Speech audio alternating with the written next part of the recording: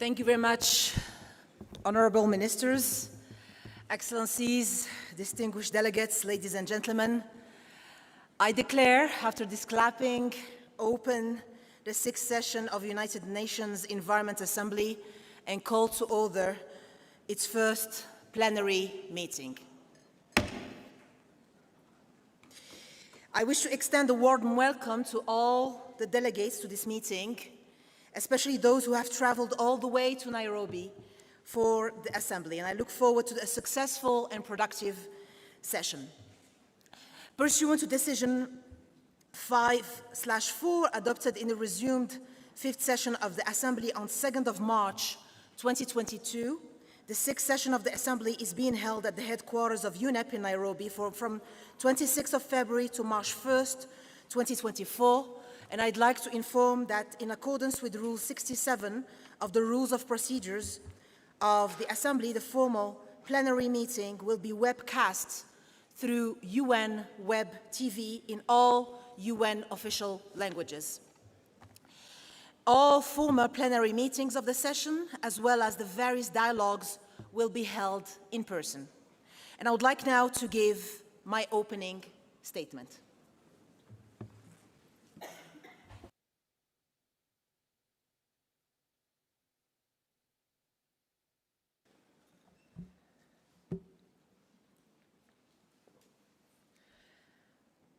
Excellencies, distinguished delegates, colleagues, ladies and gentlemen, welcome. It's really my great pleasure to welcome you this morning in beautiful Nairobi, Kenya, for the 6th session of the United Nations Environment Assembly. I acknowledge all the hard work undertaken to get us to where we are today. And I want to warmly thank the Executive Director of UNEP, Mrs. Inger Anderson, and all the very capable and efficient UNEP Secretariat for preparing this important and beautiful gathering. A warm thank you as well to His Excellency Firas Khouri, Ambassador and Permanent Representative of the Hashemite Kingdom of Jordan in Nairobi and Chair of the Committee of Permanent Representatives, for steering us through the open-ended Committee of Permanent Representatives. And my thanks, my warm thanks also to my colleagues, the members of the UNEA Bureau and the CPR Bureau and Morocco's delegation. We are all working long hours and days to move the negotiations forward, so I would really want to thank you all for your patience and for bringing the spirit of consensus and unity in these negotiations.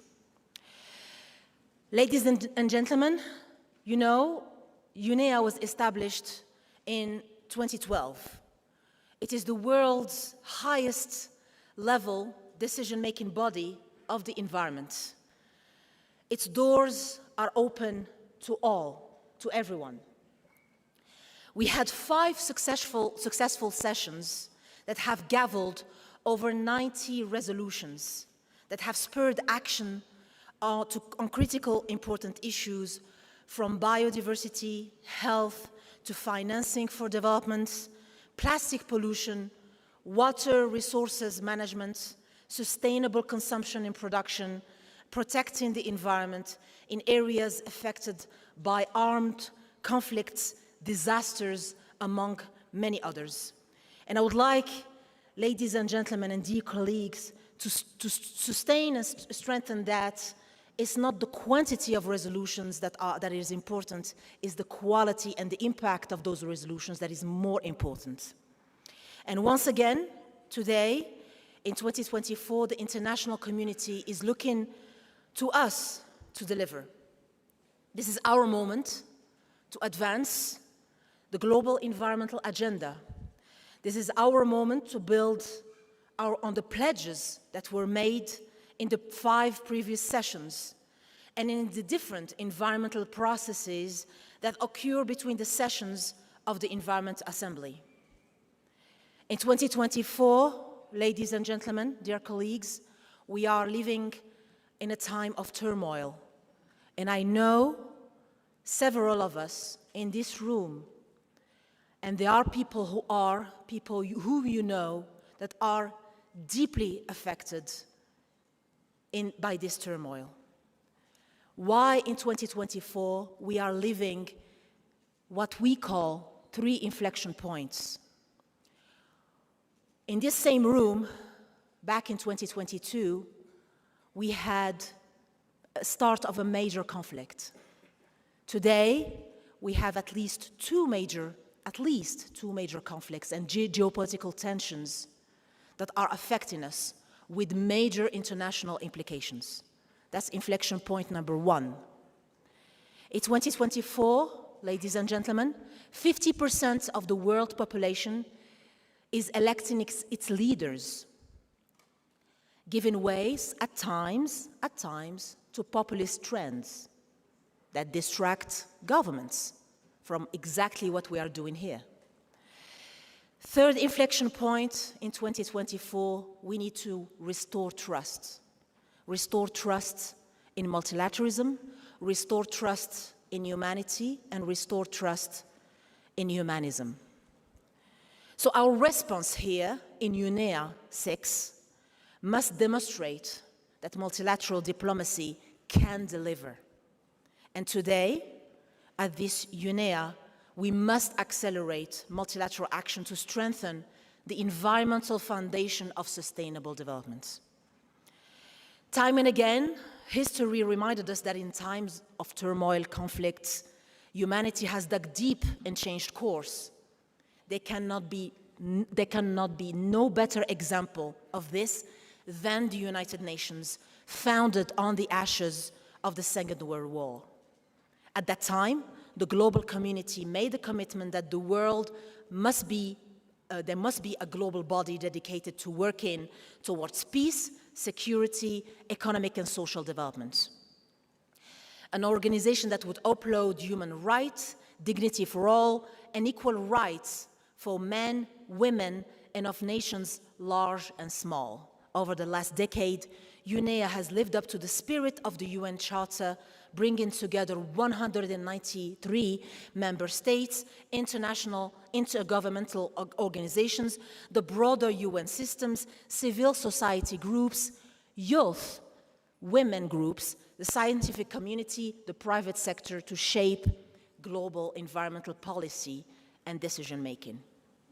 As we meet here in 2024, we must be self-critical and work towards inclusive, networked, effective, impactful multilateralism that can make a tangible difference to people's life.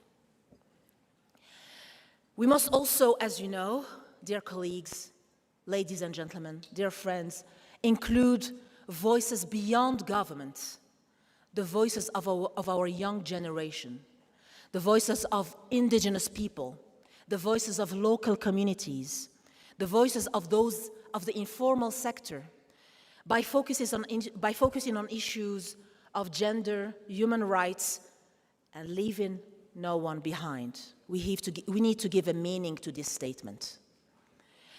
In the early days of the United Nations, the issues of sustainability and the environment were not at the forefront of the international agenda. Remember those days.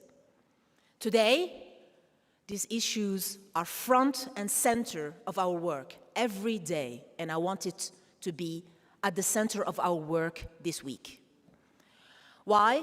Because it has finally become clear to us that the environment is the very foundation of our economies, of our societies, and of our economic progress. As Executive Director and Mrs. Anderson reminded us time and again, we can no longer pollute our way to health. Time is running out to tackle not only the planetary environmental crisis of climate change, nature, biodiversity loss, pollution and waste, but all the global environmental challenges, including desertification, droughts, among others. Global temperatures smashed records in 2023. Some countries, including my own country, Morocco, has already witnessed the 1.5 degrees record last year, We're not waiting for 2050 to see that. The climate emergency continues to ravage countries and people around the world, impacting usually the poorest and most vulnerable the hardest. Hundreds of thousands of species are carrying towards extinction, while over 3.2 billion people are affected by land degradation, and millions of people are dying each year from exposure to pollution, to humidity, and chemicals. This is why, at the UN Environment Assembly, we will advance action on key environmental issues. We begin this assembly with 19 draft resolutions submitted by countries and 2 draft decisions covering environmental priorities. During this assembly, we will aim to drive united, inclusive, and multilateral action that addresses every element of the planetary environmental crisis as one indivisible challenge. And we must do so with the full engagement of civil society, the private sector, youth, and other key stakeholders to ensure a whole-of-society approach. Together, we'll focus on uniting the world under the banner of environmental action, and we'll put our mind and energies on key solutions, including scientific and nature-based solutions, during this critical period for people and planet. It is our time in 2024 to deliver. Excellencies, colleagues, and dear friends, we have before us a heavy agenda, a very busy week with many important decisions to make. The world is watching us, and I urge all of us to engage positively in the spirit of consensus and openly in the deliberations. We have an immense responsibility ahead of us at a time of the 3 major inflection points that I mentioned here before you. I count on each and every one of you to ensure that our discussions over the next 5 days take place in a spirit of understanding and compromise, commitment and urgency, the spirit of Nairobi. We have only one blueprint for our one Earth, our one planet. It is up to us to deliver a clean, greener, and safer future for all people. Let's continue our critical and impactful and vital work. I very much look forward to engaging with all of you this week. Thank you very much.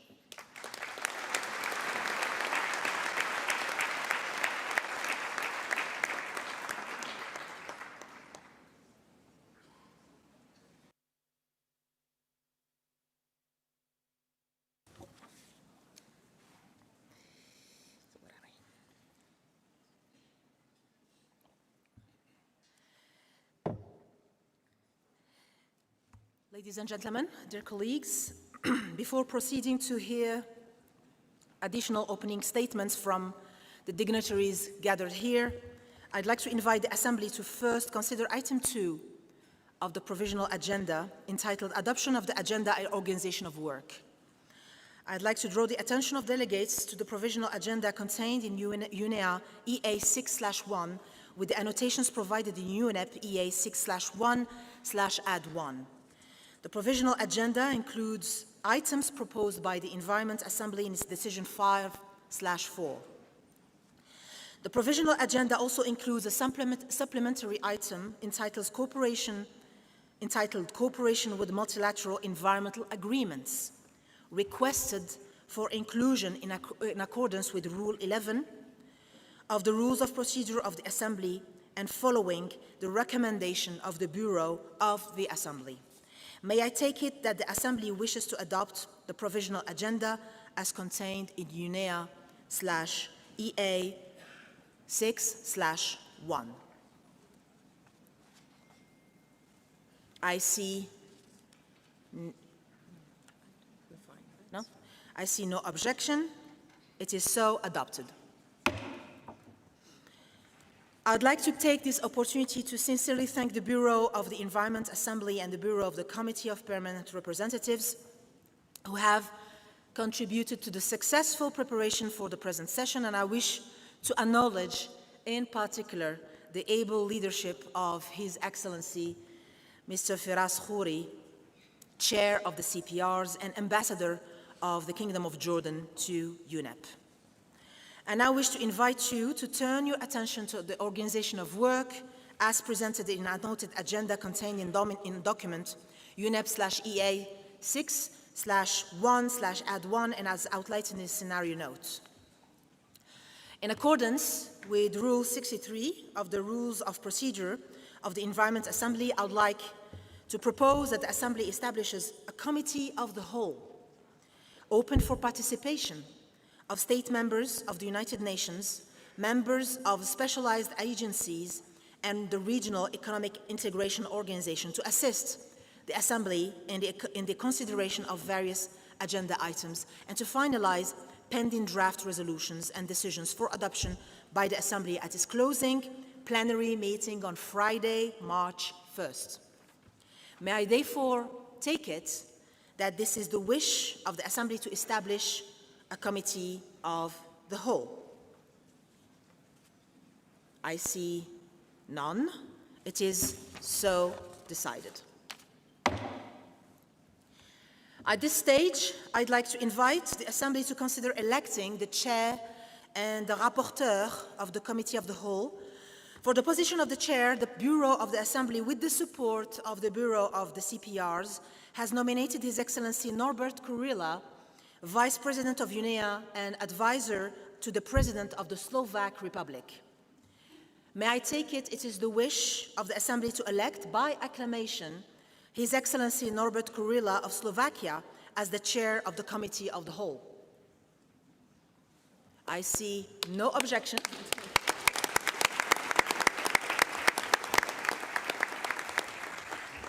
I see no objection. It is so decided. On behalf of the Assembly, I congratulate His Excellency Norbert Kurila of Slovakia on his election as the Chair of the Committee of the Whole for the 6th session of the Environment Assembly. For the position of Rapporteur, the Bureau of the Assembly, also with the support of the Bureau of the CPRs, has nominated His Excellency Silvio José Albuquerque Silva, Vice President of UNEA and Ambassador of Permanent Representative of Brazil to UNEP. May I take it that it is the wish of the Assembly to elect His Excellency Silvio A. Silva of Brazil by acclamation as the Rapporteur of the Committee of the Whole.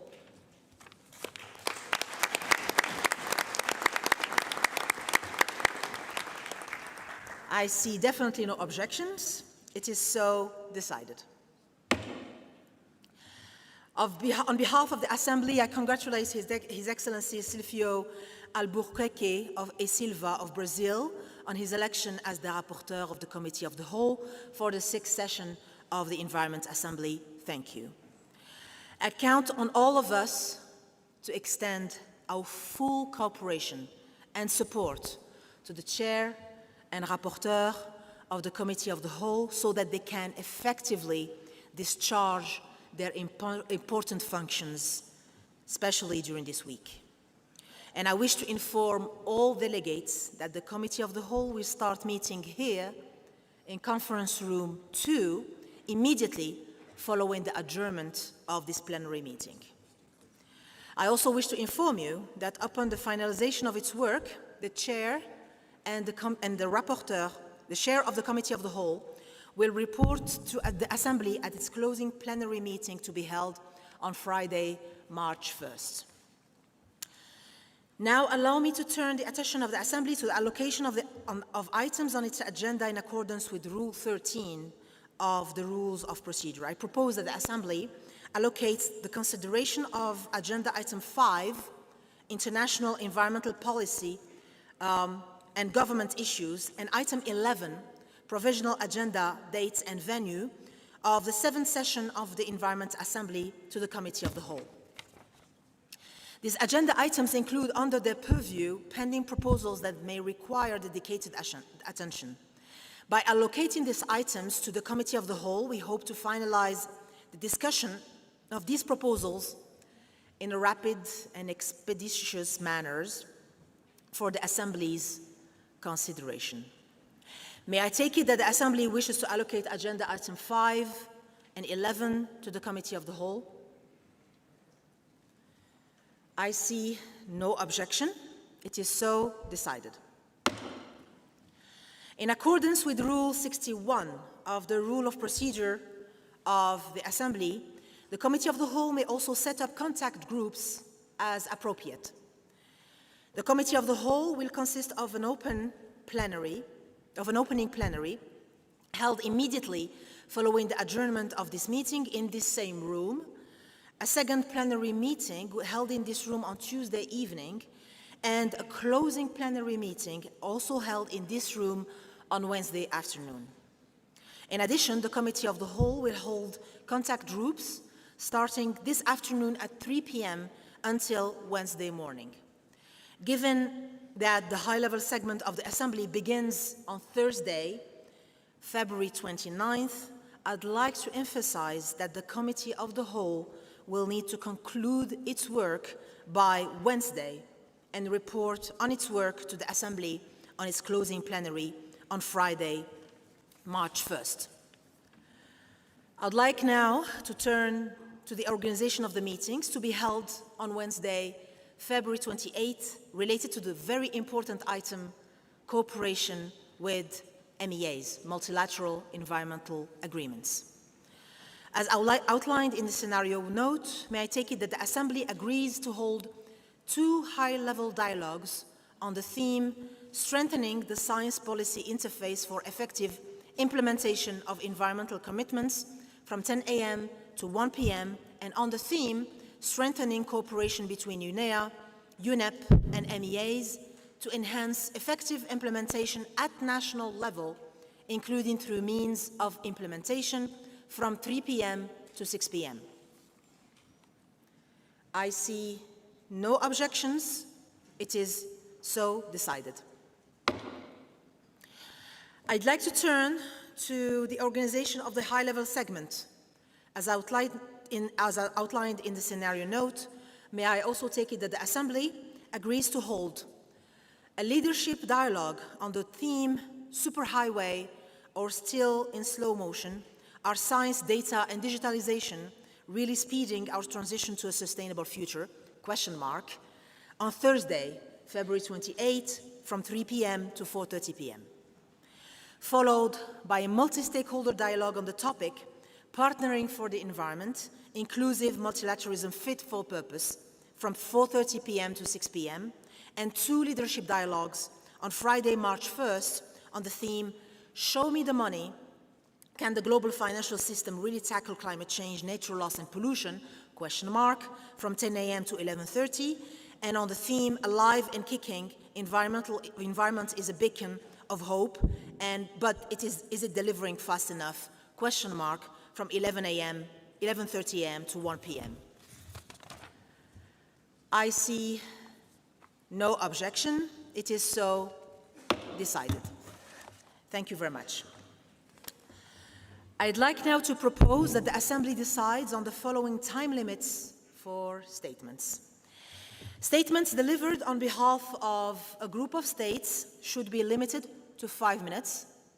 Statements delivered by individual delegations, including statements by observers and major groups and stakeholders, should be limited to 3 minutes.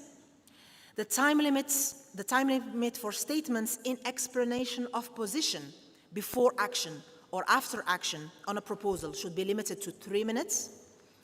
Delegations should exercise their right of reply at the end of the day whenever 2 or 3.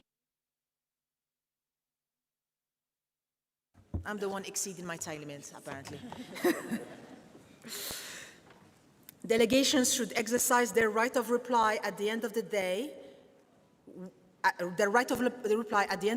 whenever 2 or 3 meetings have been scheduled for that day, and whenever such meetings are devoted to the consideration of the same item or before the conclusion of the consideration of an item.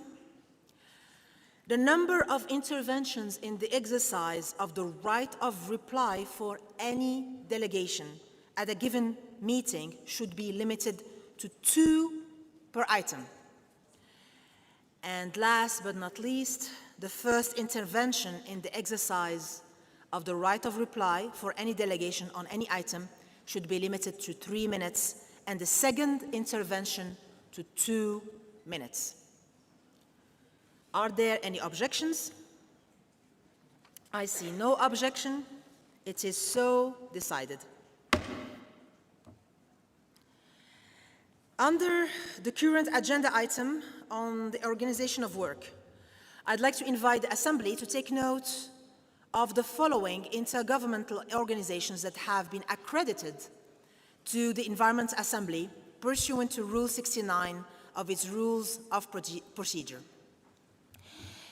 Asian Center for Biodiversity, Center for Environment and Development for the Arab region and Europe, Economic Research Institute for ASEAN and East Asia, European Bank for Reconstruction and Development, EBRD, European Space Agency, ESA, Gas Exporting Countries Forum, GECF, Joint Songwe River Basin Commission, International Plant Protection Convention, International Treaty on Plant Genetic Resources for Food and Agriculture, International Whaling Commission, Ministerial, I need to repeat that one, International Whaling Commission, Ministerial Conference on Fisheries Cooperation among African states bordering the Atlantic Ocean, among African states bordering the Atlantic Ocean, Organization of Southern Cooperation, Organization of the Arab Petroleum Exporting Countries, OAPEC, Organization of the Petroleum Exporting Countries, OPEC, and World Organization for Animal Health. Any objections? I see no objection. It is so decided. Congratulations. The list of accredited organizations is available on the Environment Assembly website. Before proceeding further, I would like to turn to a matter regarding regional groups.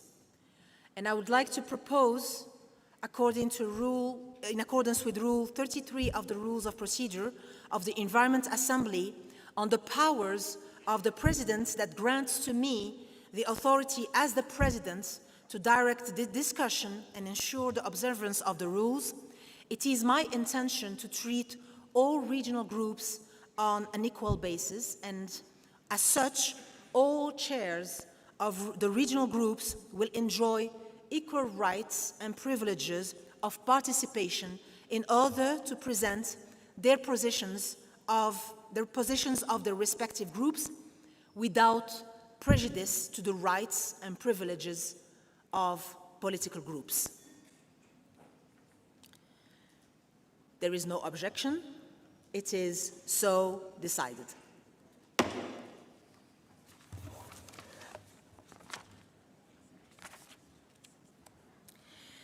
The Assembly has thus concluded at this stage of its consideration of Agenda Item number 2. Excellencies and distinguished delegates, I would like now to call on the Environment Assembly to resume its consideration of Agenda Item 1, opening of the session, and proceed to hear opening statements. First, I have the great pleasure to invite my dear friend, Mrs. Inge Andersen, Executive Director of UNEP, to deliver her opening remarks.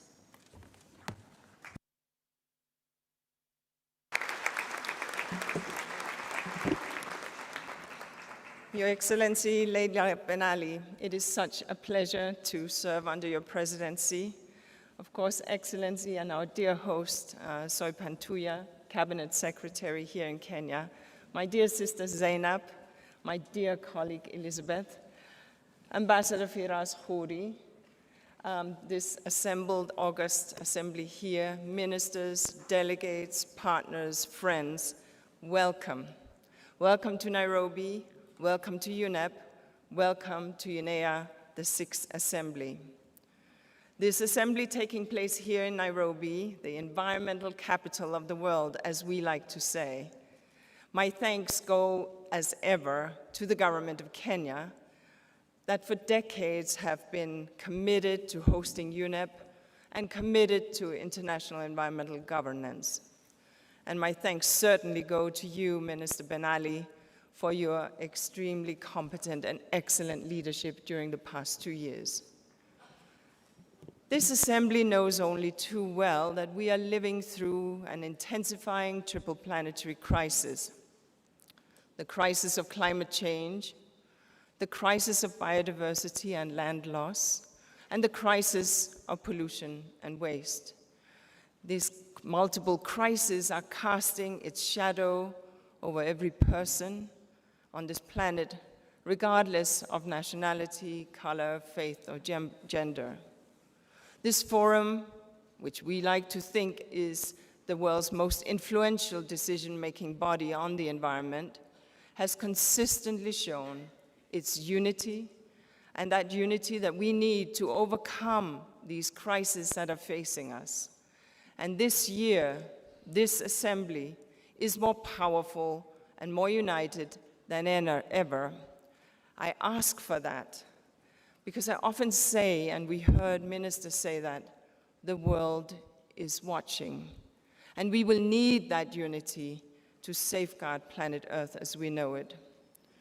In fact, this year, the world is not just watching, the world is here at UNEP compound in Gigiri. We have a record number of delegates, a record number of countries represented, and a record number of ministers. We thank you for coming. We also have the voices of the younger generation, who at the Youth Environment Assembly that happened just a week ago, issued a strong declaration asking for intergenerational equity and strong backing of multilateralism, environmental multilateralism. We have the voices of civil society, of indigenous people, of women, of businesses, and many more feeding in through the major groups and stakeholders forum. And we have the multilateral environmental agreements here in Nairobi together to try to reimagine how we can work together with greater impact and for greater accelerated action. So as you, the member states, negotiate, I ask you to face squarely and to tackle the environmental crisis and challenges. Challenges that are new, challenges that are urgent, challenges that are still on the horizon as a wave far out on the ocean, but which will crash on our environmental shores if we do not take action. This is a real inclusive, proactive, nimble, and foresightful environmentalism that we all seek. Excellencies, colleagues, and friends, through the tireless work of the open-ended Committee of the Permanent Representative, 19 resolutions and 2 decisions are on the table. This would not have been possible without the dedication of the chair of the Bureau of the Committee and without the dedication of the co-facilitators of the resolution clusters that debated during the week last week. My deep thanks to all. Before you are resolutions that can speed up the transitions to net zero, improve the quality of air that we breathe and the water that we drink, equip the oceans and the sea governance to tackle the threats ahead, build the resilience of people to drought, support international efforts to restore degraded land, and much more. The resolutions that will address climate justice, spark conversations on emerging technologies that equip nations with the science and wisdom to make the right choices for people and for the planet. It will help us usher out the culture of take and make and waste that is the twisted heart of the triple planetary crisis, as highlighted in the 2024 Global Resources Outlook from the International Resources Panel, a report that is also being launched this week. This past week, you have dedicated much time and you've engaged in dedicated negotiations. You have stayed late, you have come early, and you have worked hard. And for that, I am deeply grateful. But at this point, it is time to lay political differences aside, time to focus on this little blue planet, this little planet that is teeming with life, and lift our sights to the common goal, securing a pathway to a future that is safe and sustainable, a future in which we can make sound and safe decisions. And we do this by agreeing on the resolutions before you so that you will boost multilateral actions to deliver for today and for tomorrow, thus securing intergenerational justice and equity. Friends, time and again, this Nairobi spirit has delivered on environmental multilateralism. 2 years ago, this assembly gavelled a historic decision to launch negotiations towards a global instrument on plastic pollution, and the process continues through this year. You gave the world a much-needed dose of hope, and you showed the world that multilateralism, especially environmental multilateralism, is alive, it works, and it is here to stay. So I ask you today to be united once more and to craft strong resolutions that can bring real impact, improve the lives of today and tomorrow, that address the needs of many people already struggling under the burden of that triple planetary crisis, and resolutions that shore up the environmental foundations upon which a peaceful, equitable, and sustainable future will rest. Thank you.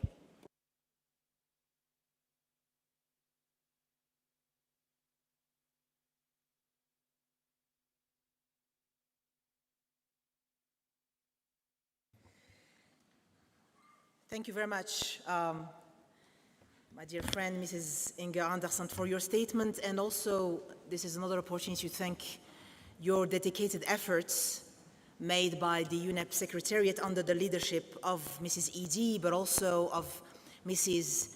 DED, Mrs. Elizabeth Mrema, in preparing for the 6th session of the Assembly. It is now my pleasure to invite Mrs. Zainab Hawa Bangura, Director General of the United Nations Office at Nairobi, to deliver her opening statement.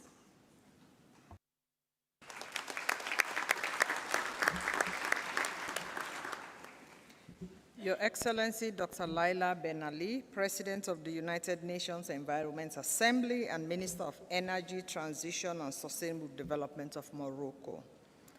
Honorable Rosalinda Sofpan Tuya, Cabinet Secretary for the Ministry of Environment, Climate Change and Forestry, Kenya.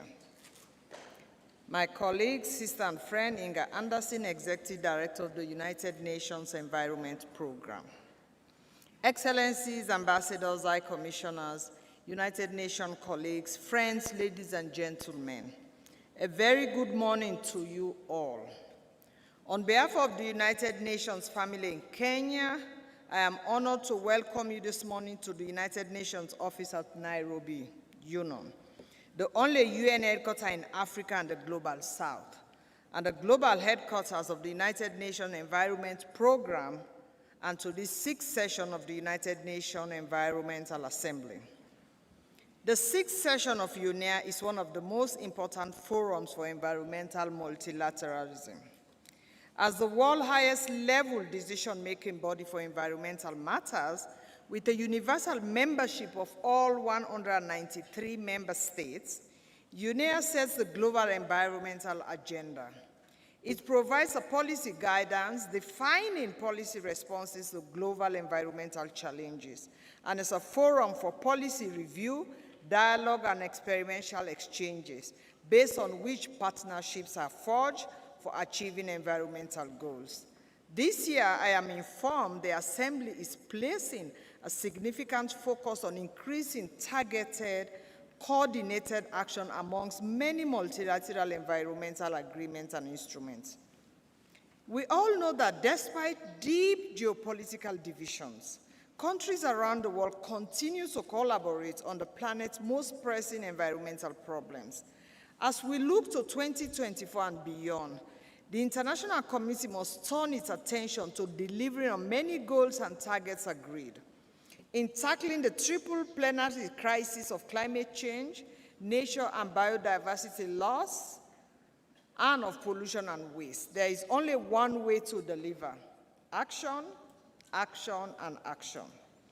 Action that embeds environmental concerns in every facet of our existence, in every ministry and industry, in every environmental policy, and even down to every household, as the key to sustainable development, peace, health, and progress. Our hope for UNEA-6 is that it will ensure a whole-of-society approach to leave no one behind. Unite the world under the banner of environmental action. Focus minds, energies, and synergies on key solutions, and guide the work of UNEP in this critical period for people and planet. Excellencies, UN colleagues, ladies and gentlemen, as your host, my attention has been drawn to the challenges you have encountered with your conference equipment and facilities, which you are working daily to address as best as possible. I am sure you're all aware that our existing conference facilities are over 30 years old, and you will also agree with me that they are no longer fit for purpose for the scale and complexity of meetings held by UNEP and UN Habitat at their global headquarters. Within the last few years, the Secretary General has been presenting to the General Assembly annual report to address the deteriorating conditions and limited capacity of the conference facilities at the United Nations office here in Nairobi. I'm very happy to inform you that at its 98th session in December 2023, the General Assembly approved the financing of this project with a desired capacity to accommodate up to 9,000 delegates in formal meetings from the present 2,000. The proposed conference facility upgrade is expected to include consideration for multilateral meeting spaces, accessibility, and interpretation in all UN languages. The anticipated completion date is 2030 at a maximum cost of $267.5 million. It is going to be the single largest capital infrastructure project undertaken by UNON and the biggest infrastructure project the United Nations Secretariat has undertaken in Africa since its inception. We have awarded the design services to an international consortium led by a South African firm with a Kenyan partner and a Swiss design consultant. I want to thank all the member states who have traveled this journey with us and helped us to get this approval. We intend to produce in the coming months a compendium of potential donor opportunities once the design phase progresses and details of the design and related donor opportunities becomes available. During our initial discussions with the consulting firm, we agreed that the concept design will feature several prominent buildings and interior spaces that could be ideal opportunities for donation or in-kind contribution by member states or private donors, including a visitors' entry pavilion and visitor center, delegate dining building, media center, multifunctional pavilion, conference and meeting room interiors, lounges, and works of art. I look forward to working with you all on this. Let me conclude my statement this morning by sharing with you all our journey of how UNON, this complex, has actively been walking the talk to integrate environmental sustainability here at the UN Gigiri complex. In 2019, we officially launched our environmental policy statement, which can be seen on display within the complex. The policy commits UNON and all its personnel and operations to stewardship and protection of the environment and strive towards the approach of a fully integrated environmental management system and ISO 14001-2015 environmental certification. I'd like to recall this part, the DNA of our operations, focusing on the facilities-related areas of energy, water, wastewater, and water management, emission reduction, and biodiversity. In the spirit of continuous improvement, UNON has continued to identify specific opportunity to reduce environmental footprints of the UN activities.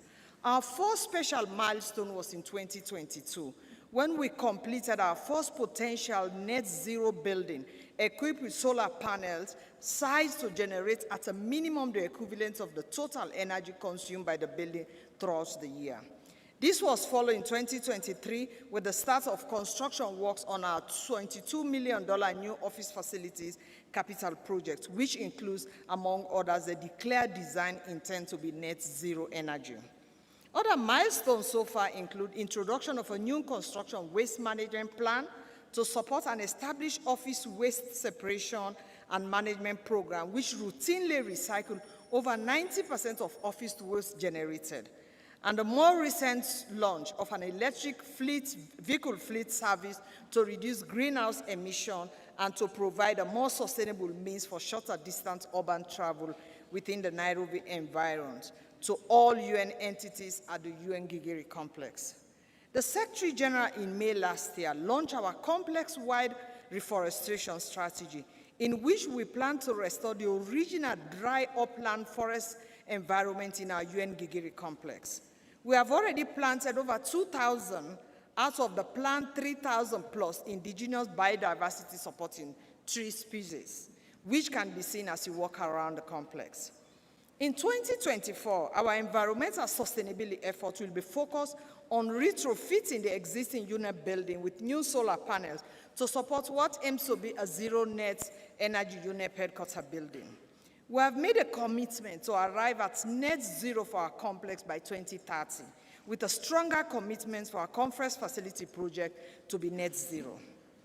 Finally, I am pleased to report that our effort towards environmental sustainability at our Gigiri complex culminated in the award of UNON of ISO 14001-2025 environmental certification as of 26 January 2023.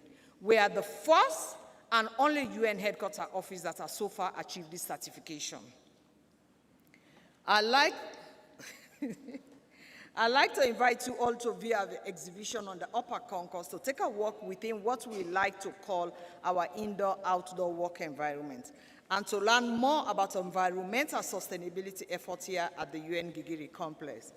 I want to take this opportunity to thank my colleague, friend, and sister Inga Anderson, who has systematically, I always say to her, transformed all of us in this beautiful complex into enthusiastic environmentalists. She queries us for everything. She makes sure we do everything, so I want to recognize her. Without her continuous encouragement and support, we could not have been able to do all we have done, and which we are very proud to have achieved. I thank you all for our presence here today in this historic assembly, and wish you the most successful deliberation. Asante Sana. Thank you.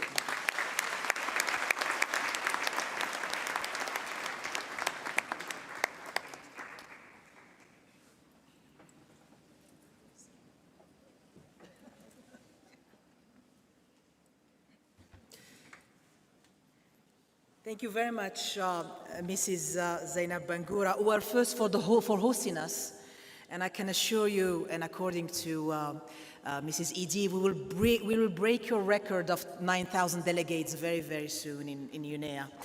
And I would like to take also this opportunity to sincerely thank the UN office at Nairobi, well, first for making this compound so sustainable, but also for the excellent cooperation and support extended for the organization of this session of UNEA-6, including the provision, of course, of conference services, security, facilities, logistics, and much, much more. Next, I'm honored to invite my sister, Her Excellency Soipan Tuya, Cabinet Secretary for Environment, Climate Change, and Forestry of Kenya, to give her remarks.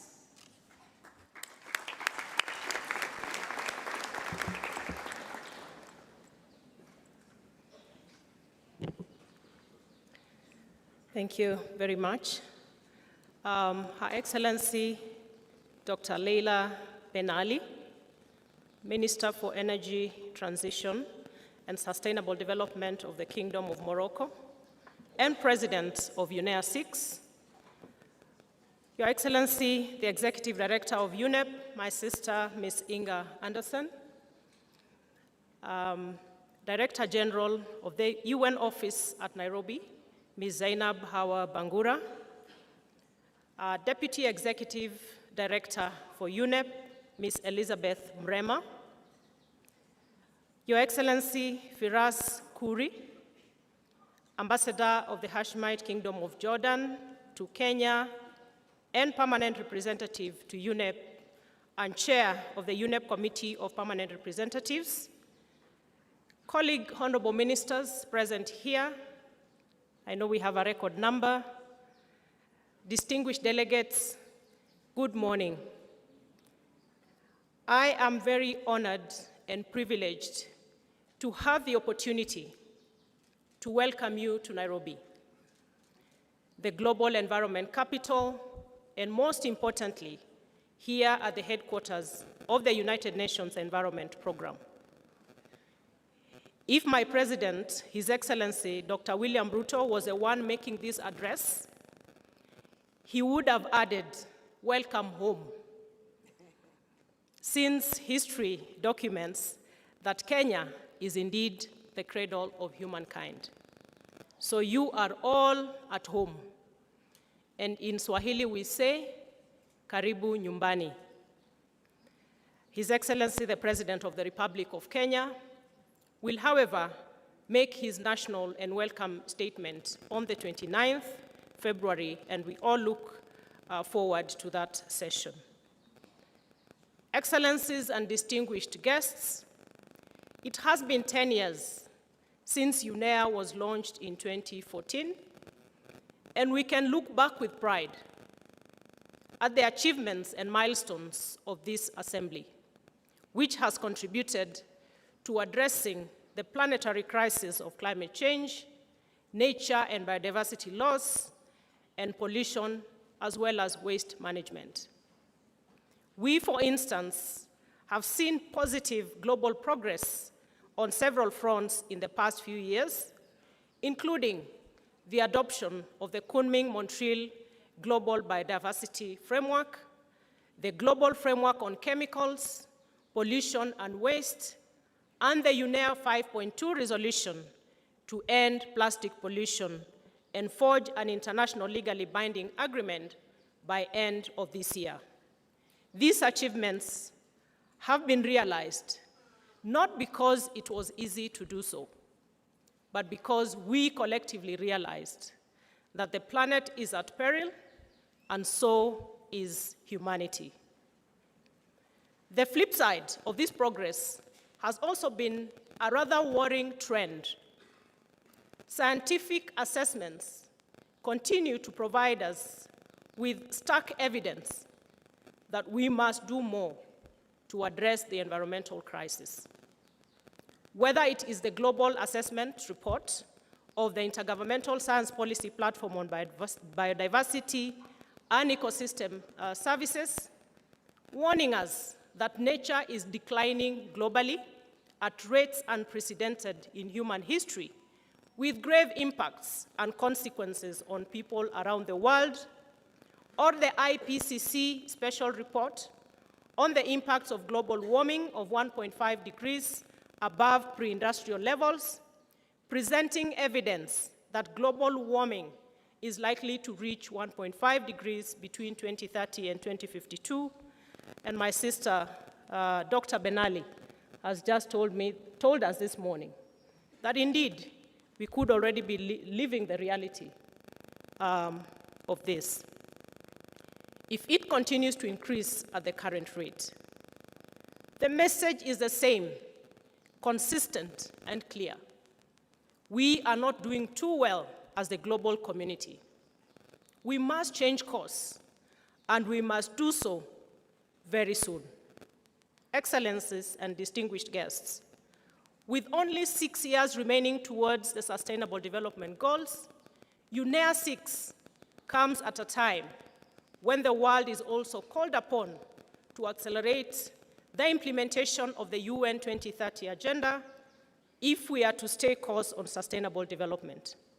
Unfortunately, for millions in the developing regions of the world, including here in Africa, poverty still remains a reality, a daily reality, while economic inequality is increasing globally. As you all know, the world economy is still struggling to fully recover from the effects of COVID-19 amid disruptive conflicts and wars. It is against this backdrop that the world will be looking to us here in Nairobi this week to renew hope.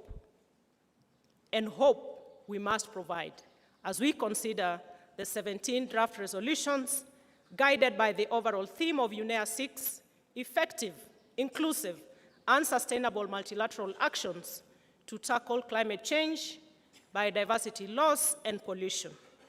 A lot of action, hard work, honest negotiations, and leadership are therefore needed over the next week if this UNEA is to live to its promise. Excellencies and distinguished guests, I'm also proud to inform you that in Kenya, we are doing our part to support the work of UNEP and to meet our local and international obligations on environmental management and climate action. In September last year, Kenya hosted the first ever Africa Climate Summit here in Nairobi, which adopted the African Leaders Nairobi Declaration on Climate Change and Call to Action, which carries Africa's climate action aspirations and has since become the continent's guiding document at international fora, including the 28th United Nations Conference of the Parties, COP28. At the core of the Nairobi Declaration is Africa's resolve to pursue green growth by leveraging her immense climate action potential in sectors such as renewable energy, sustainable agriculture, critical minerals, and blue economy, among others, which I am very happy will also be forming part of the discussions in this UNEA. As Kenya, we are accelerating the transition of our country's linear waste management system into circular economy. We will showcase some of these practical efforts during Kenya's side event on circular economy, scheduled for 29 February, under the title, Circular Economy and Extended Producer Responsibilities in Addressing Pollution Control. At the side event, Kenya will share with the global community potential solutions to plastic pollution. As one of the first countries in the world to enact legislation banning single-use plastics, we believe that the world may learn from our experience as we continue to negotiate the Global Plastic Treaty. You are therefore all invited to this side event. Further, Kenya is implementing the National Landscape and Ecosystem Restoration Program towards growing 15 billion trees as part of her deep commitment to achieving 30% tree cover by 2032.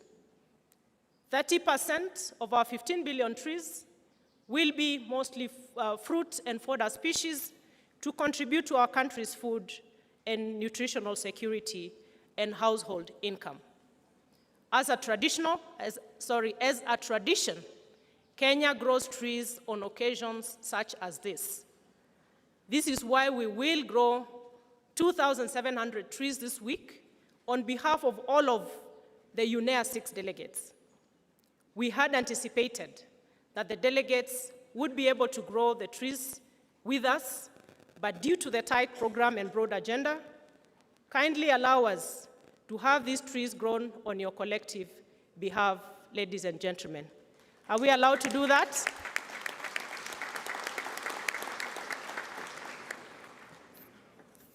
Thank you very much.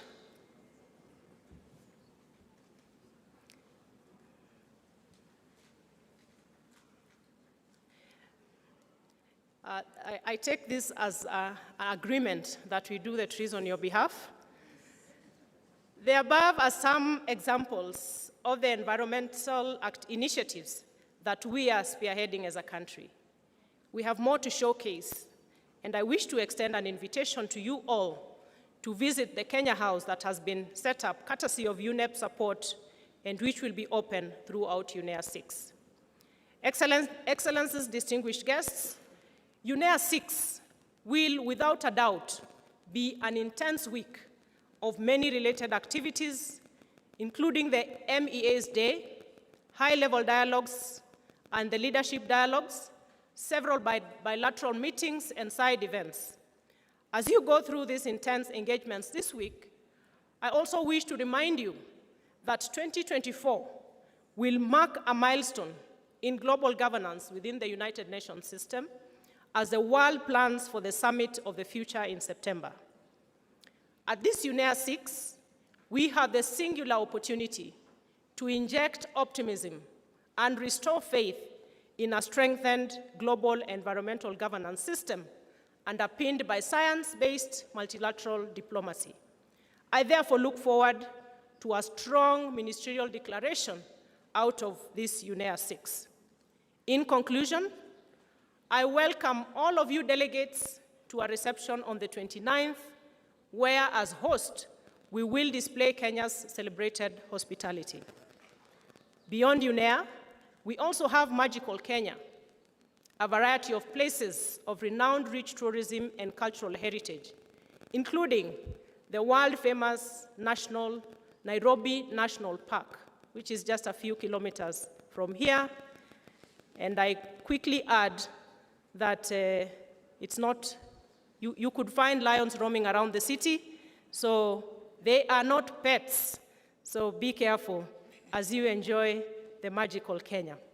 Please take time to experience our warm hospitality and the Kenyan spirit. Asanteni sana. Thank you very much. Karibuni.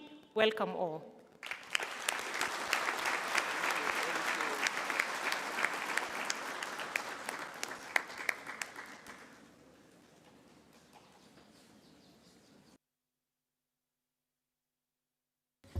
Thank you very much, Your Excellency Tuya. I'm hoping that I'm not going to have a special treatment about the trees. I'm trying to get like 200 trees at least on behalf of UNEA's presidency. And your presence here really demonstrates the high political importance that Kenya, our brothers and sisters in Kenya, are attaching to UNEA, to the work of UNEP, as the only UN headquarters, along with UN Habitat, that is based in the Global South. And I trust that under your leadership, Your Excellency Tuya, Kenya will continue to make exemplary progress in protecting the environment. We will now hear statements from the regional and political groups and any other member states. Given the time constraints, as I mentioned earlier, we urge delegations speaking on behalf of a group of states to please limit the statements to 5 minutes. And I invite delegations to deliver their statements from their seats. Please press the microphone button to be inscribed on the list. And I give now the floor to His Excellency Basha Buta, Ambassador and Permanent Representative of Ethiopia to UNEP, speaking on behalf of the group of African states. Excellency Ms. Leila Ben-Ali, President of the United Nations Environmental Assembly and the Minister of the Energy, Transition and Sustainable Development of the Kingdom of Morocco, Ms. Engra Anderson, Executive Director of the UN Environmental Programme, Excellencies, distinguished delegates, ladies and gentlemen, it is my honor and privilege to deliver these statements on behalf of the African group. From the outset, allow me to express my profound gratitude to the government and brotherly people of Kenya for the warm hospitality extended to all delegates. Let me also take this opportunity to commend the Bureau of UNEA-6 for the excellent work done during the past 2 years under the able leadership of the Kingdom of Morocco. We would like to also commend Honorable Minister Leila Ben-Ali for the achievement of the consensual ministerial declaration. Furthermore, I would like to thank Madam Executive Director and her entire team for preparing excellent work documents and organization of this important gathering. Madam President, the overall team UNEA-6 is effective, inclusive, and sustainable multilateral action to take climate change, biodiversity loss, and pollution. This team urges us to work together in tackling not only the challenge referred to, but also all the global environmental challenges that include this desertification, land and soil degradation, droughts, and deforestation. We are convening here for UNEA-6 at a critical juncture where the climate crisis has escalated to the climate emergency and the encouraging call to action. The recent COP28, biodiversity is reduced at an alarming rate, where CBD and COP15 adopted frameworks to curb this situation. Our ocean, sea, and water body are being choked with plastic, where countries are striving to ambiguous targets. Desertification and land degradation threaten African countries and compromise development. Problematic chemicals and hazardous waste continue to pollute our land, where countries are striving for legal binding agreement on controlling plastic pollution. In this vein, it is paramount to call all stakeholders to act, and we indeed need to walk the talk right now by putting environmental multilateralism as a principle. The impact of environment challenges such as land degradation, climate change, biodiversity loss, pollution, drought, and desertification is more impactful and cause irreversible damage on human and animal lives. They are not only compromise African hard-felt development gain, but also hindering our efforts to achieve sustainable development goals.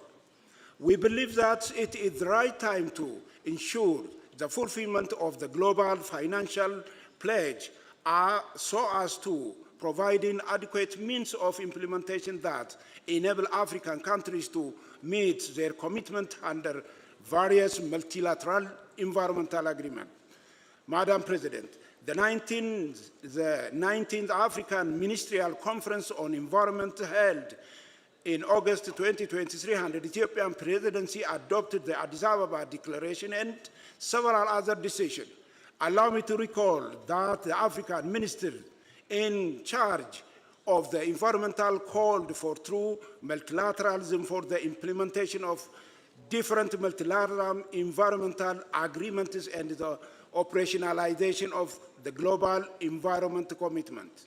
We acknowledge UNEP role, and we further call UNEP and the international community to cooperate with and support African member states for implementation of the AMISEN decision.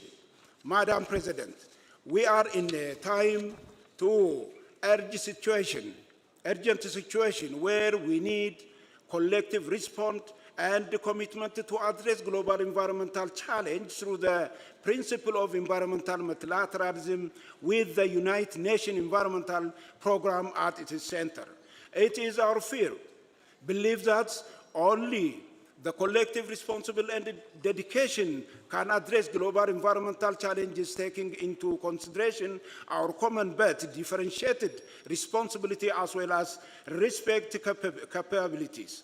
The group, therefore, call on the international community to demonstrate solidarity with Africa to support our efforts to address environmental challenges. Finally, the African group would like to take this opportunity to reaffirm its commitment to continue participating actively in this 16th session and look forward to the adoption of impactful outcomes will be help our continent and addressing the global environmental challenges as well as the implementation. Thank you very much.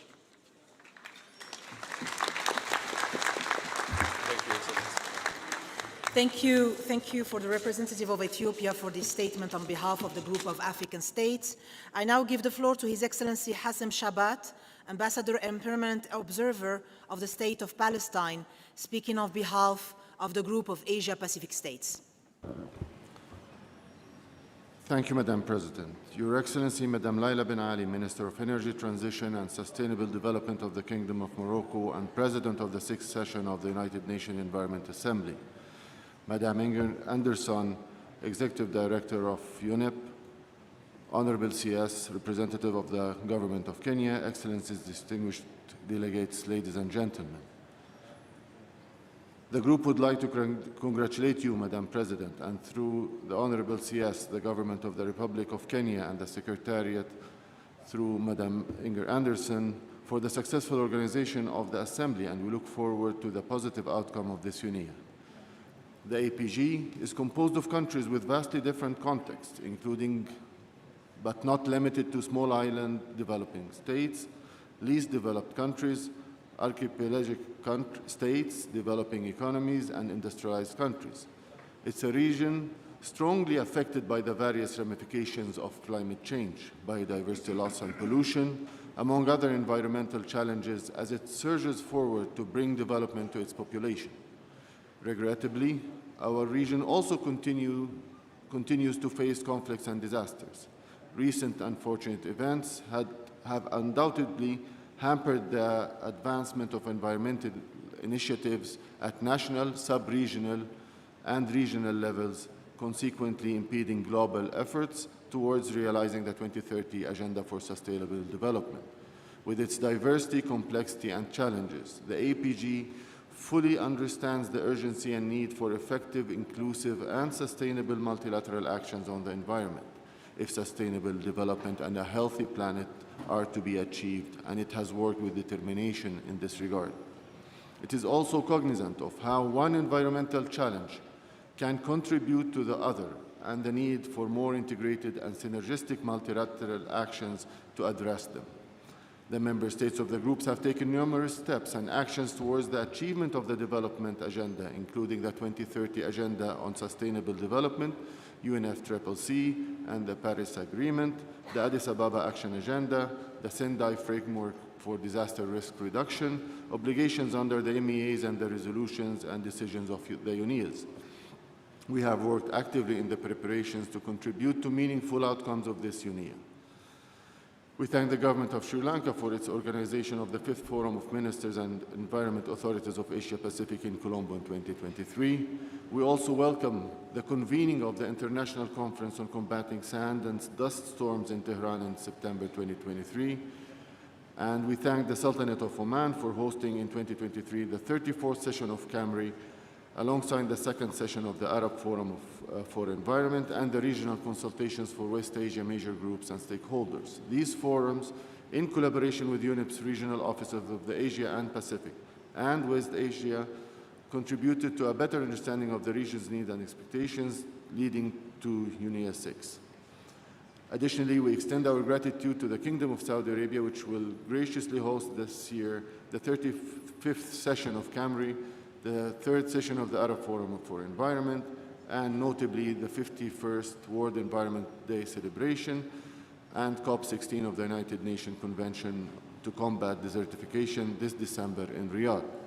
Leading up to this UNEA, the APG notes the consultations done on the ministerial declaration, but expresses its concern that the draft final document does not duly reflect important concerns and issues raised by member states, and as such, it does not enjoy the consensus.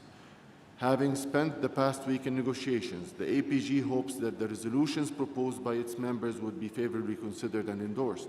We believe that the issues covered are urgent for the health of the planet, as they aim to halt land degradation, combat sand and dust storms, contemplate climate justice, establish synergistic approaches to tackle the multiple environmental crises, and promote sustainable lifestyles for the environment. The group wishes to highlight the importance of the following key priorities: ensuring the health of the oceans and seas of the planet's health, scaling up climate action, including adaptation strategies, scaling up action to address biodiversity loss, including through the implementation of the Kunming-Montreal Global Biodiversity Framework, benefit sharing for genetic resources and strengthening technologies and facilities, continued engagement on reducing pollution, including through the INC plastic pollution process, and meaningful engagement with all stakeholders in the decision-making process on the environment. It is important, however, to remember that these actions can be more effectively implemented with the provision of adequate financing for developing countries combined with capacity development.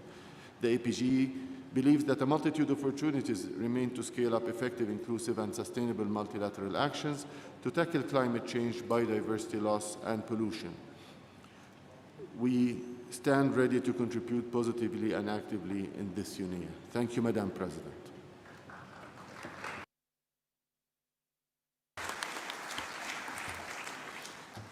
Thank you to the State of Palestine for speaking on behalf of the Group of Asia-Pacific States. I now give the floor to His Excellency William MacDonald, High Commissioner and Permanent Representative of Barbados to UNEP, speaking on behalf of the Group of Latin American and Caribbean States. Madam President, I'm honored to deliver this statement on behalf of the Group of Latin American and Caribbean States. At the outset, the Group congratulates the Presidency of Morocco for its leadership in framing the ambition of this session of UNEA and for its coordination with the CPR Bureau for successful organization of this meeting. GRELAC also expresses the gratitude of the Executive Director and Deputy Executive Director of UNEP, as well as the Secretariat of Governing Bodies for their support and responsiveness to Member States leading up to and throughout this process. Similarly, we congratulate through the Cabinet Secretary, the Government of Kenya, for its excellent facilitation and hospitality as host of UNEA. We also recognize Mr. Alejandro Montero from the Chilean delegation for his excellent job as co-facilitator in this process. We underscore the call of Madam Executive Director that this Assembly should focus on the urgent, the unexplored, and the critical. We hope that the Nairobi spirit that endured at UNEA-5 will prevail through flexibility and compromise to achieve the many ambitious mandates put before this Assembly. Madam President, GRULAC is committed to seeing the fulfillment of mandates agreed at UNEA-5 and ensuring that the mandates before us today meet the scale to adequately address global environmental challenges. We celebrate that Colombia will lead one of the most important meetings this year to unlock the benefits of biodiversity for supporting sustainable development and halt and reverse biodiversity loss. We're actively working towards the deadline set out in the resolution in UNEA 5/14 to finish the negotiations of an internationally legally binding instrument to end plastic pollutions, including in the marine environment, based on a comprehensive approach that addresses the full life cycle of plastic, which was one of our key regional priorities from UNEA 5.2. GRULAC continues to support an ambitious outcome in this process, and we are committed to maintaining the momentum with the goal of ending plastic pollution in a decisive way, taking into account national circumstances and capabilities of developing countries, and be supported by a robust means of implementation.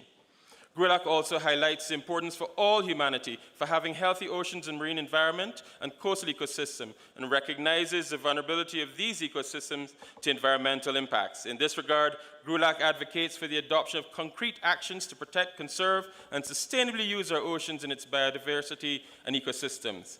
We welcome the adoption of the UN General Assembly Agreement under the United Nations Convention of the Law of the Sea on the conservation and sustainable use of the marine biological diversity of areas beyond national jurisdiction, BBNJ, and look forward to its swift ratification. We also note with appreciation Chile's offers to host this secretariat. We also underscore the need to strengthen regional cooperation to improve the monitoring of and the capacity to address air, soil, and water quality, as well as to mobilize resources towards this end. Madam President, our region welcomes the adoption of a global framework on chemicals for a planet free of harm from chemicals and waste. This is the result of many stakeholders working to achieve a positive outcome on an instrument that meets the aspiration for a post-2020 framework on chemicals and waste. We hope the framework set for renewed multi-stakeholder collaboration at all levels addresses these challenges, and UNEA recognizes this important achievement and calls for securing resources from all stakeholders to ensure its effective implementation.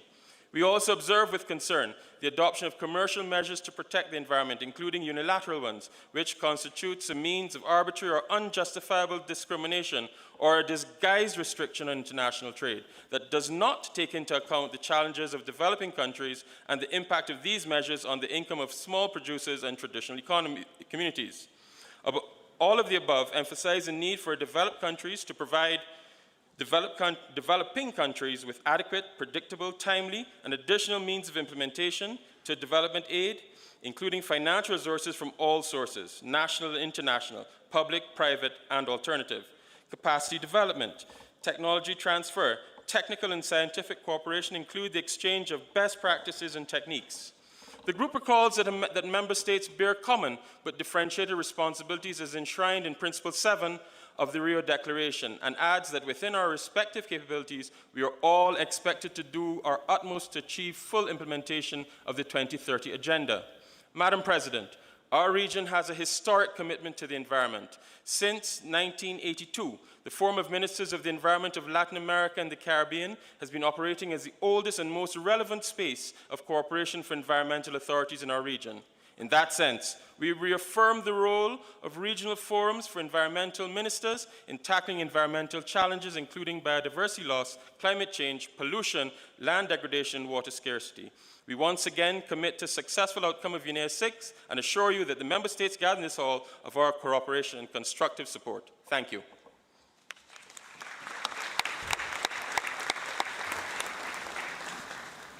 Thank you, Barbados, for this statement on behalf of the group of Latin American and Caribbean states. I'll now give the floor to the European Union.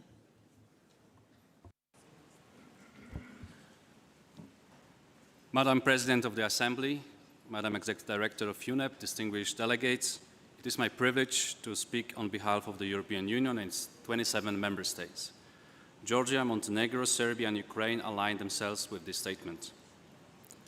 I would like to start by thanking you, Madam President, and the Bureau of UNEA, the CPR, its chair, the Bureau, as well as the Executive Director and her team, for their unwavering commitment and efforts to deliver ambitious and meaningful UNEA-6 outcomes. Allow me also to thank the UN office at Nairobi and the host country, Kenya, for the tremendous efforts made in preparing UNEA-6 and your generous hospitality. The 2 years since UNEA-5 and the celebration of UNEP's 20th anniversary have been marked by truly significant achievements in environmental multilateralism. The agreement on the Kunming-Montreal Global Biodiversity Framework, the High Seas Treaty, the Global Framework on Chemicals, and now nations are pressing ahead to conclude by the end of the year the negotiations on a legally binding agreement to end plastic pollution and to set up a new science policy panel on chemicals, waste, and pollution.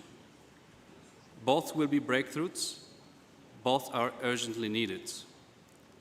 As we meet in Nairobi this week, in record numbers, delegates come from all over the world, but are united in their expectation that UNEA, the world's leading environmental authority, will take forward-looking steps to address the triple planetary crisis of climate change, biodiversity loss, and pollution. Over halfway into the 2030 Agenda, most SDGs are off track, especially those related to the environment.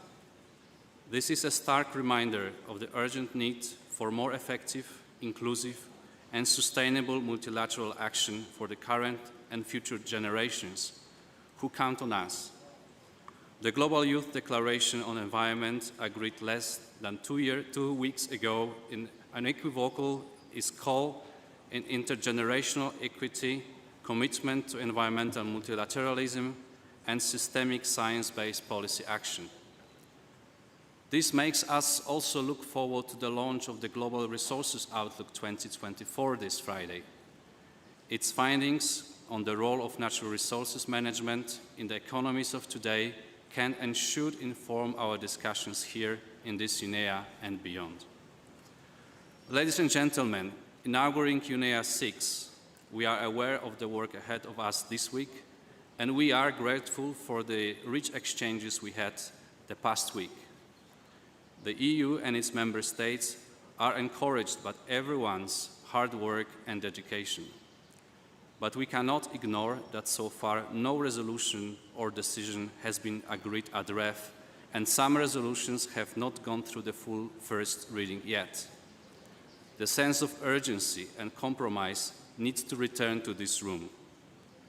You can count on our collective commitment to accelerate work towards resolving the outstanding issues for a successful and ambitious outcome acceptable to all. We look forward to engage with you, Madam President, to achieve a ministerial declaration with a level of ambition that reflects the urgency to address the key environmental crisis at hand. It is in this manner that UNEA can send an important message to the summit of the future later this year. The EU, its member states, and aligned countries look forward to adoption of important resolutions. It is only by addressing climate change, biodiversity loss, and pollution with equal determination and vigor that we can protect our planet to the benefit of all. I thank you.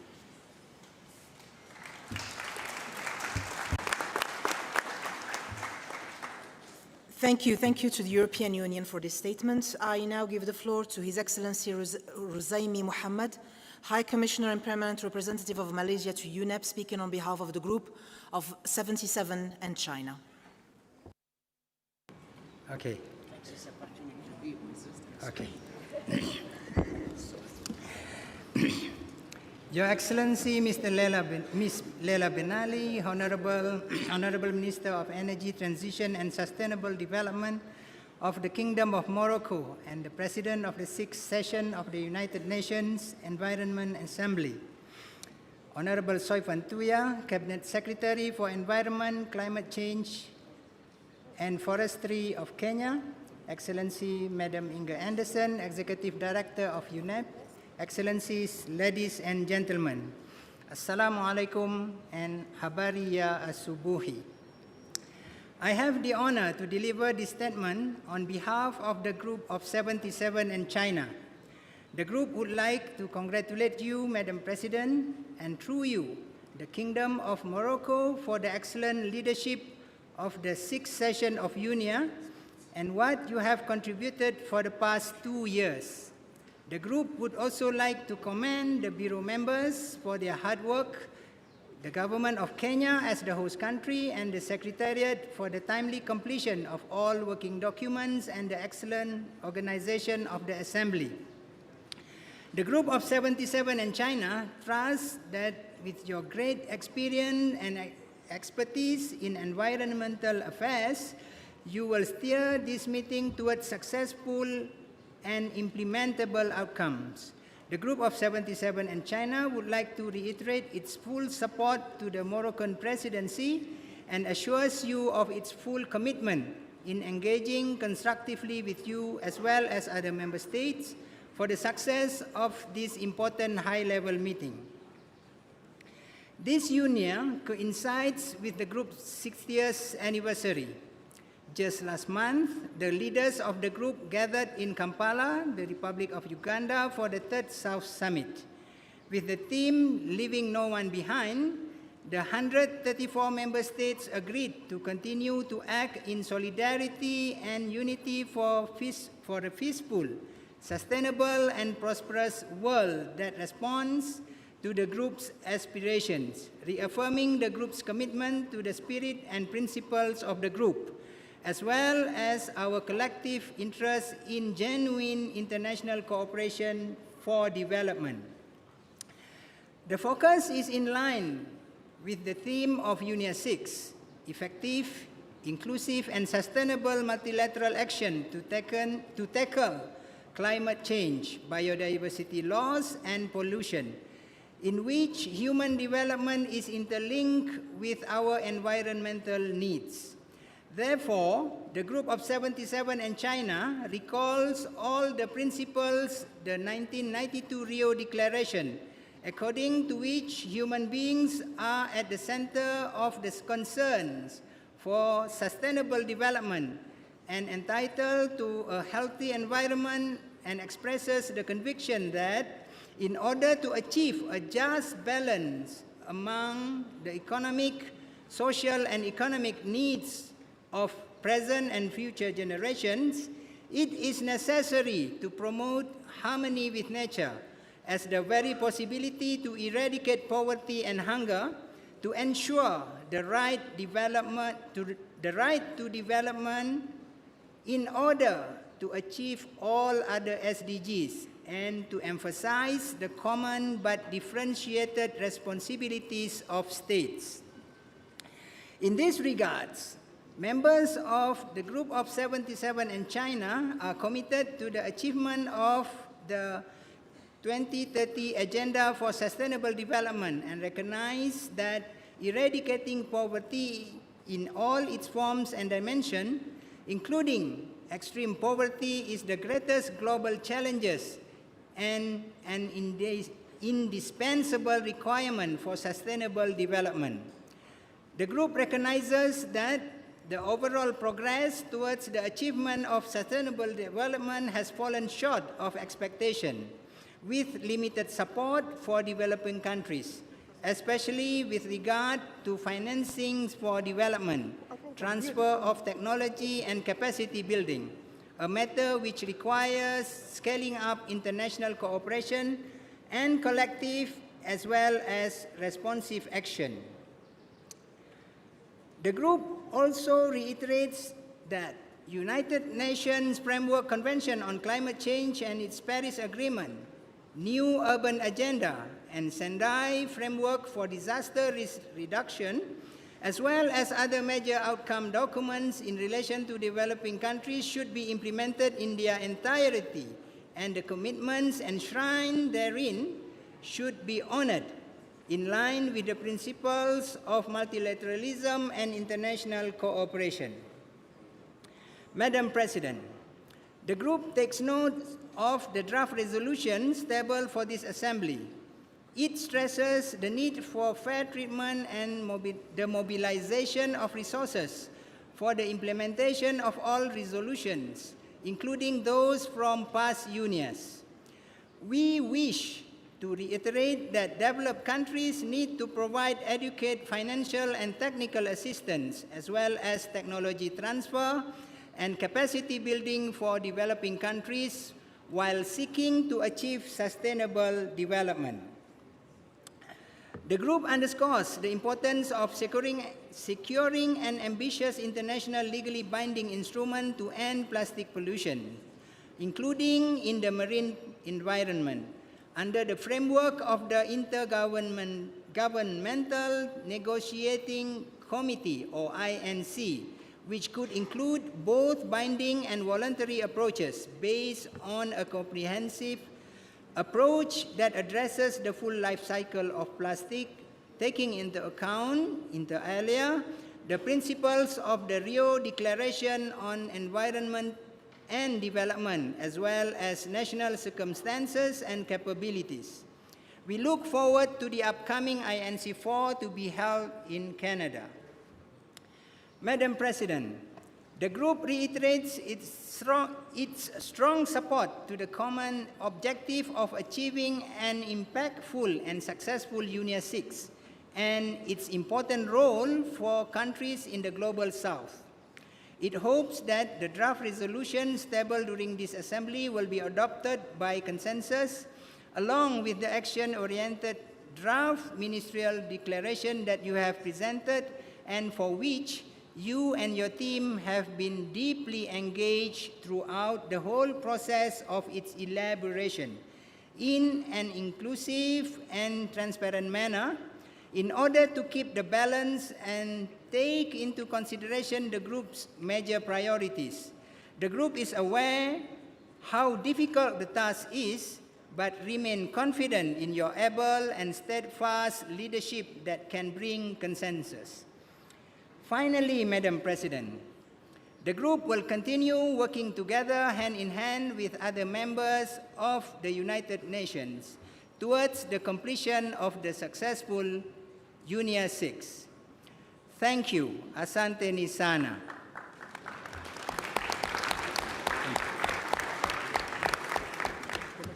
Thank you very much. I'd like now to give the floor to the United States of America.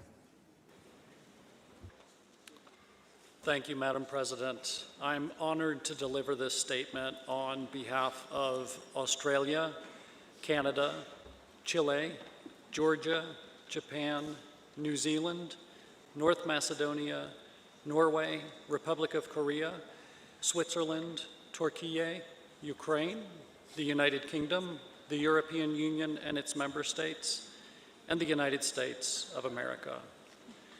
The last 2 years since UNEA 5.2 were not easy. Climate change, loss of biodiversity, and pollution put the well-being of current and future generations at unprecedented risk. Moreover, many countries suffered the environmental consequences of conflict and disasters. We are deeply grateful to UNEP for its efforts in that regard. On February 24th, 2024, we marked another sad anniversary, 2 years since the beginning of the unprovoked and unjustified full-scale invasion by the Russian Federation against Ukraine. For 2 years, the people of Ukraine have suffered from the barbaric actions of Russia, which are destroying this beautiful and prosperous country and causing unprecedented damage to the environment of Ukraine, including the Black and Azov Sea regions. The ongoing hostilities and damage caused by the Russian Federation's missiles and bombs pose a serious threat to the biodiversity of Ukraine. Dangerous chemical releases, as well as pollution from industrial sites, burned forests, and devastated towns and cities have a direct effect on human lives and livelihoods.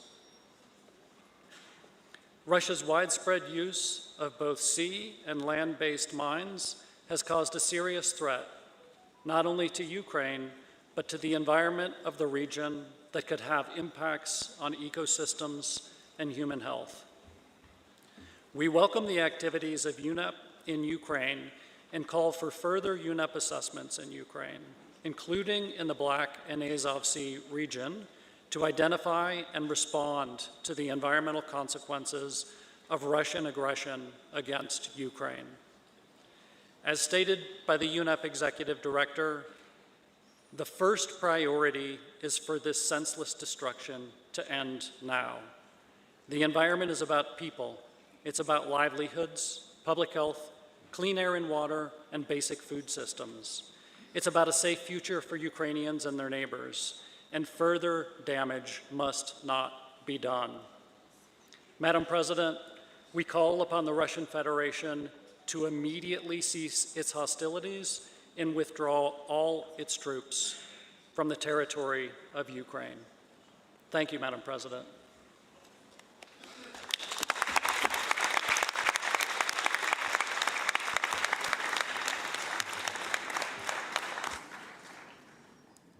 Thank you. Thank you to the United States of America. I'd like now to give the floor to the representative of Algeria.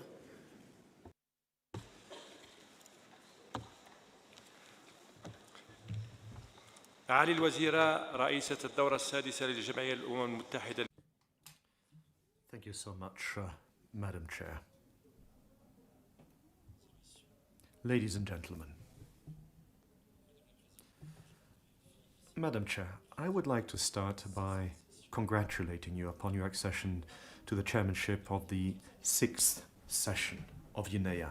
And of course, I'd like to thank the Executive Director for this outstanding organization of UNEA-6. I'd also like to extend my gratitude to the government of Kenya for their warm welcome and hospitality. Algeria wishes to back the statement made by the African Group. The report drawn up by UNEP on global prospects for the environment clearly demonstrates that there are challenges impacting and affecting all states around the world on their journey to achieving sustainable development. Based on this, our meeting in its 6th session has chosen multilateralism as a leitmotif to meet these challenges, to ensure that we are able to implement all of our decisions, including Resolution 65-300 of the General Assembly of the United Nations. And today, we wish to reaffirm the ministerial communiqué of Rio+20, which called upon a bolstering of UNEP, aimed at helping it to set up the necessary mechanisms and decisions to ensure that we're able to achieve the Sustainable Development Objectives, which will enable all of us, all states, to find the best solutions. Madam Chair, I would like to here touch upon a number of important questions from the point of view of the Algerian delegation. Firstly, there is a need to tackle issues related to member states in a fair, just way. Desertification, land degradation, as well as the impact of all of these phenomena. Secondly, this meeting needs to bear in mind the needs and indeed the resources available to states and the resulting lack of resources. We also need to base ourselves on scientific information and data which reach us from the various expert groups to ensure that we don't engage in a selective reading and selective approaches which would benefit some states at the expense of others. We also have to look at sustainable development objectives through the prism of multilateralism to ensure that we achieve our objectives. Madam Chair, Algeria is wedded to the multilateral framework of UNEP. Algeria remains committed to UNEP and wedded to all of its efforts. We, Madam, shall spare no effort to ensure the success of this session of our meeting. Thank you so much, Madam Chair. Thank you very much, Algeria.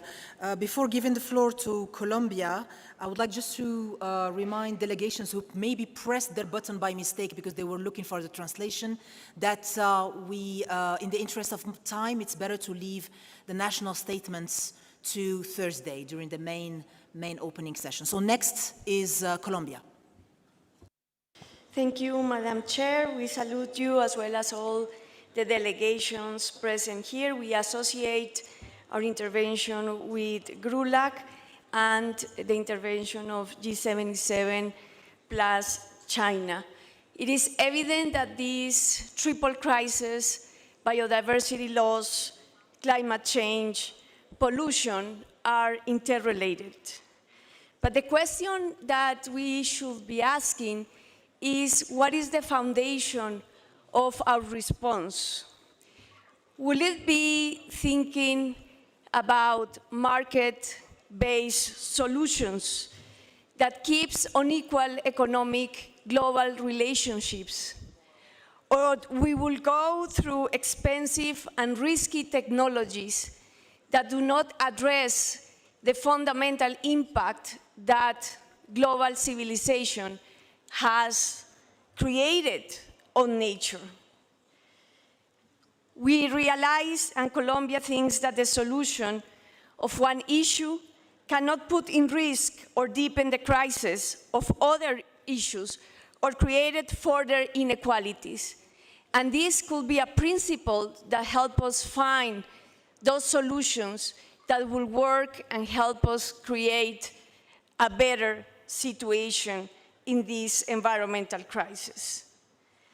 We keep our feet strongly on the earth, thinking that UNEA has a responsibility. It's perhaps the Assembly that has stronger responsibility in clearly communicating what are the environmental limits and organizing decisions that allow for the economy to organize itself around those environmental limits and not thinking that further moving towards an economy with endless growth and resources will solve a crisis created by that same model of thinking. Nature-based solutions should be thought about creating the capacity for nature to regenerate itself. If nature is able to transition the climate crisis, communities will be able to transition the climate crisis. Any solution that degrades further nature is going against the same principle of keeping life on Earth. Finally, we think that the resolutions that are put forward in this assembly are important in terms of creating these synergistic approaches to address the interlinked global crisis. The effective, inclusive, and sustainable multilateral actions are the solution, and recovering from the conflict is also part of that situation. We will put forward the idea of working on the Non-Proliferation Fossil Fuel Treaty as a multilateral discussion on a just transition from fossil fuels. We support the statements around recreating the financial architecture and opening fiscal space for a public response to the crisis. And we also call for a comprehensive study of the tension between minerals for the energy transition and biodiversity. Finally, we welcome you all in 2024 to Colombia so that we can make peace with nature. It is important that conflicts are addressed. It is important that genocide is stopped in Palestine so that we can all concentrate on these further matters. Let's make peace among us, and let's make peace with nature.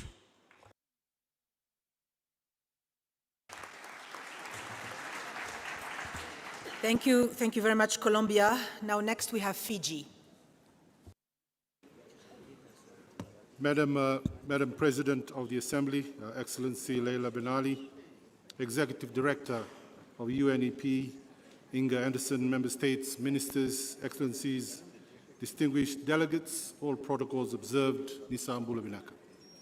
Fiji is grateful to be part of the 6th United Nations Environmental Assembly, and I would like to express my sincere appreciation to all the hardworking coordinators and delegates that have remained committed to getting the resolutions finalized over the last week and even through the weekend. I also would like to take this time to thank the government and the people of Kenya for your wonderful hospitality to all of us at this UNEA meeting. Madam President, let me start with the famous island vernacular proverb, which says, when translated, it means the parrot will not fly, leaving its tail in its nest. This proverb is about remembering all things that are essential, just like the processes that we have undertaken throughout the last week, and the processes that are ahead of us, that is grounded by the lived realities of our different Earth communities. Excellency, as we convene to address the pressing challenges of our time, we must recognize the urgency and the significance of our collective action in confronting the planetary crisis we face today. Ambition, commitment, and action must be our guiding principle at this UN Environment Assembly. In the face of unprecedented biodiversity loss, escalating climate change impacts, and prevalent pollution, it is evident that our ambition must be elevated to match the scale of these challenges. We need to set ambitious targets at UNEA and strive for transformative changes that ensures the well-being of both our planet and us, her inhabitants. This requires unwavering political will and bold leadership at all levels of governance. However, ambition alone is not sufficient. We must also demonstrate unwavering commitment to our environmental goals. Our promises and pledges must be backed by concrete actions, implemented with diligence and urgency. It is only through steadfast commitment that we will truly achieve the 1.5-degree targets, safeguard biodiversity, and address pollution. Furthermore, as we address the interconnected crisis of biodiversity loss, climate change, and pollution, we must confront the issues of fragmented finance. The inadequate and disjointed allocation of resources poses a significant barrier to our collective efforts. This issue is particularly acute in the context of Pacific small island developing states, where the challenges are exacerbated by limited resources and vulnerabilities to environmental and external shocks. Therefore, it is important that we prioritize the defragmentation of finance, ensuring the resources are channeled effectively to support integrated and collective approaches to addressing these crises. By mobilizing finance at scale, streamlining its access, and enhancing coordination amongst stakeholders, we can maximize the impact of our intervention and accelerate progress towards our shared environmental agenda. The challenges we face demand nothing less than decisive action. We must harness the power of political will, demonstrate unwavering commitment, and take bold and concerted actions to address the planetary crisis we face as one race, the human race. Let us seize this moment at UNEA as an opportunity to polish collective efforts and to forge a sustainable future for generations to come. Madam President, Fiji echoes their support towards the ministerial declaration and the emphasis on ambition and commitment towards addressing the challenges that are before us. In particular, we acknowledge the actions required to support SIDS and LDCs as outlined in the declaration. Madam President, this is critical for countries like mine and for our communities that are at the front line of the triple planetary crisis. If progress is stalled at UNEA, it will be a missed opportunity for our collective progress, and it is crucial that progress is made at this meeting. To end, as I have stated in the beginning of my intervention, the guiding principles of ambition, commitment, and action must be the foundation across all of our decisions. Vinaka Bakalebu, Asante Sana, Excellency, Madam President.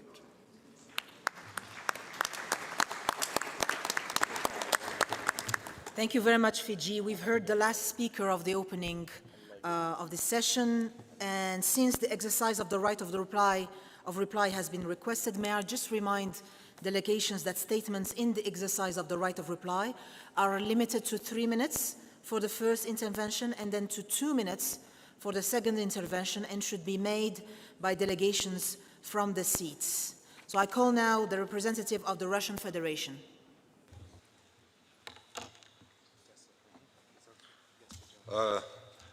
Madam President, thank you. To respond to the false allegations and insinuations that we heard from EU, US, and a group of others, what we would like to say is that we heard a totally unacceptable attempt to jeopardize the work of UNEA by politicizing it, thus taking the focus away from the needs of the developing countries and sustainable development. In full compliance with the Nairobi spirit, Russia has consistently tried to avoid this. If we engage, however, in the blame game, as obviously suggested by US, EU, and their accomplices, we will recommend them to think of their own shameful, disgraceful, and criminal role in instigating the conflict in Ukraine. US, EU, and their accomplices intentionally sabotaged for 8 years the implementation of the Minsk Agreement that represented the last chance to restore peace in the Ukraine. Ex-Chancellor Merkel of Germany, ex-President Hollande of France, and ex-President Poroshenko of the Ukraine publicly confessed that they conspired to deliberately cheat on the people of Donbass and the international community to buy time, prepare a violent armed operation. In a similar way, they have sabotaged the Istanbul peace process that could have made peace in Ukraine already in 2022. As in their countless past and present brutal, unprovoked, unjustified aggressions around the world, the US, EU and their accomplices, together with their clients, committed numerous environmental crimes like the destruction of water and sanitation infrastructure, hydropower dams, poisoning of soils and water bodies in Donbass and in the liberated territories. The biggest environmental crime they have perpetrated is the destruction of the Nord Stream natural gas pipeline. That would reverse many years of efforts by the international community to cut the emissions to mitigate climate change. These are the crimes the EU, US and their accomplices and clients will have to answer for. Thank you.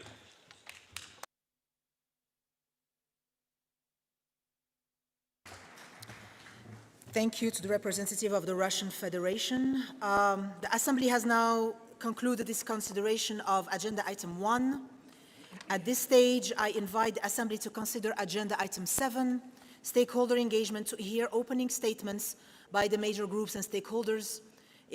Under this item, I wish to invite each of the 9 major groups as well as other stakeholders to address the Assembly, including on the outcomes of the Youth Environment Assembly held on the 17th and 18th of February and the Global Major Group and Stakeholders Forum held over the past weekend on 24th and 25th of February. If I hear no objections, we shall proceed accordingly. May I kindly request the speakers to respect the time limit of 3 minutes per statement. First, I would like now to give the floor to Mr. Dominique Wabray from the Business and Industry Major Group. Excellencies, distinguished delegates, ladies and gentlemen. Madam President, we express our appreciation to Morocco for its leadership and the work of all member states, co-facilitators, UNEP staff and the major groups. We welcome the resolutions that member states have tabled and the recognition that many of the challenges we face are interconnected, requiring holistic and implementable solutions for the SDGs. The private sector plays a critical role in addressing these challenges through our daily operations as important engines of innovation, as the mobilizers of investment and as builders of capacity. These are roles and responsibilities that our community takes very seriously. Businesses are making vast investments to address the global challenges we face. From SMEs and youth startups that drive local economies to the diversity of global business, we are delivering progressive, equitable, green and sustainable jobs. And we stand ready to do more. To do this successfully, we need risk and evidence-based policies and, in the spirit of cooperation, effective sharing of best practices. We note with concern in resolutions a trend of consistently reopening text that has previously been agreed in international fora. This risks creating a policy landscape that is inconsistent and potentially undermining the goals and objectives we are ultimately here to address. We seek consistency in terms of language and a sharpened focus on the deliverables and avoiding duplication of already existing work. Let's make sure that we leave Nairobi with agreed resolutions and, most importantly, provide UNEP with a clear mandate and resources to implement them. Global governance must enhance opportunities for productive partnerships. With this in mind, business and industry calls on UNEA to explore its convening responsibilities to build collaborative approaches. Madam President, thank you again, and be assured of the business community's commitment to increase our collaborative efforts with you and all the other major groups. Thank you. Thank you. Thank you to the Business and Industry Major Group, and particularly for speaking for less than 3 minutes and respecting the time. Next, I call on Mrs. Sharon Mutende to deliver a statement on behalf of the Children and Youth Major Group, including on the outcomes of the Youth Environment Assembly held on the 17th and 18th of February. Mrs. Mutende, you also have less than 3 minutes. Thank you. Excellencies, distinguished delegates, my name is Sharon Mutende from Kenya, speaking on behalf of the Children and Youth Major Group. On the 17th and 18th of February 2024, we convened more than 450 young people from across the world for the Global Youth Environment Assembly, graciously hosted by UNEP here at the UN office in Nairobi. During the 17 sessions, over 2 days, young people learned about several technical topics such as ozone and sustainable finance, built negotiating positions, and developed a better understanding of UNEP and the UNEA process. We welcome the proposal in the draft ministerial declaration to acknowledge the Youth Environment Assembly. We seek your support in formalizing intergenerational equity within UNEP's processes, including codifying the Global Youth Environment Assembly before subsequent sessions of UNEA. We further call on member states to strengthen UNEP's role in the science policy interface, taking into account the perspectives of communities most affected by the environmental crisis. Furthermore, we also welcome the resolutions on climate justice and sustainable lifestyles as essential components of a trust-building process that enshrines these important principles at the world's highest decision-making body on the environment. Excellencies, the world is watching. We emerge from OECPR without a single resolution agreed at DREF, and many texts have lost the ambition and core values found in earlier drafts. This is not good enough when planetary systems are on the brink of collapse. We see broken promises, the empty rhetoric, and the increasingly dire consequences of inaction. The young people of the world call upon you to ensure that we leave UNEA-6 more ambitious, more hopeful, and more aware of our collective responsibility in environmental governance. We ask you to contribute to a global framework for environmental governance that is robust, comprehensive, and enforceable. This framework must ensure every stakeholder is held accountable for their actions, placing the well-being of our planet and its inhabitants above financial gain. We ask you to ensure that succeeding generations do not inherit a world facing depleted resources, rampant pollution, and destroyed ecosystems. This week, we ask you to work with a long-term perspective, ensuring that your words are nothing less than a promise to future generations to protect our collective home through the best way we know how, multilateral governance. It is our hope that as the gavel goes down later this week, we can restore trust in multilateralism and demonstrate that the spirit of Nairobi, embodying fraternity and a commitment to our environment, remains alive and well. Thank you.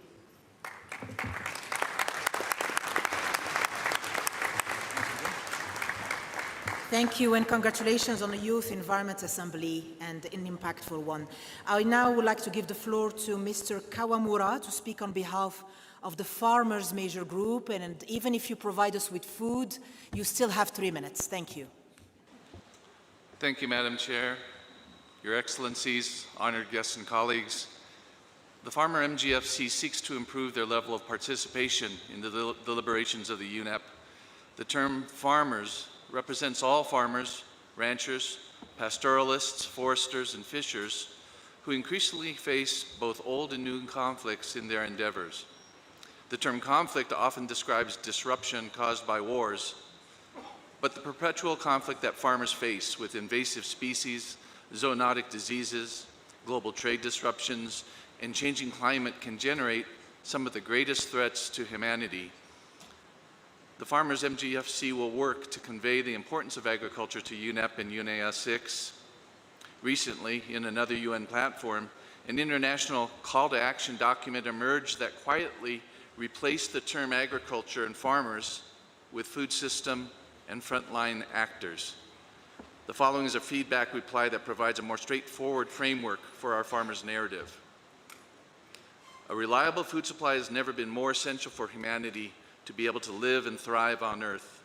Agriculture, in all of its many dimensions and forms, produces that supply day after day against a long list of challenges, disruptions, and misunderstandings by those who often feel entitled to have access and control of it and its distribution. Farmers are not actors on the stage of humanity. Farmers have built the stage that allows humanity to exist and act out the tragedy, drama, or enlightenment of our existence.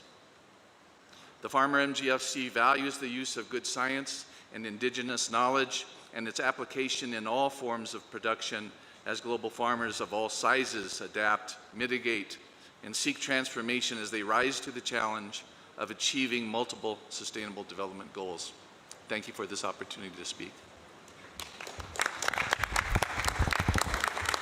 Thanks a lot to the Farmers Major Group.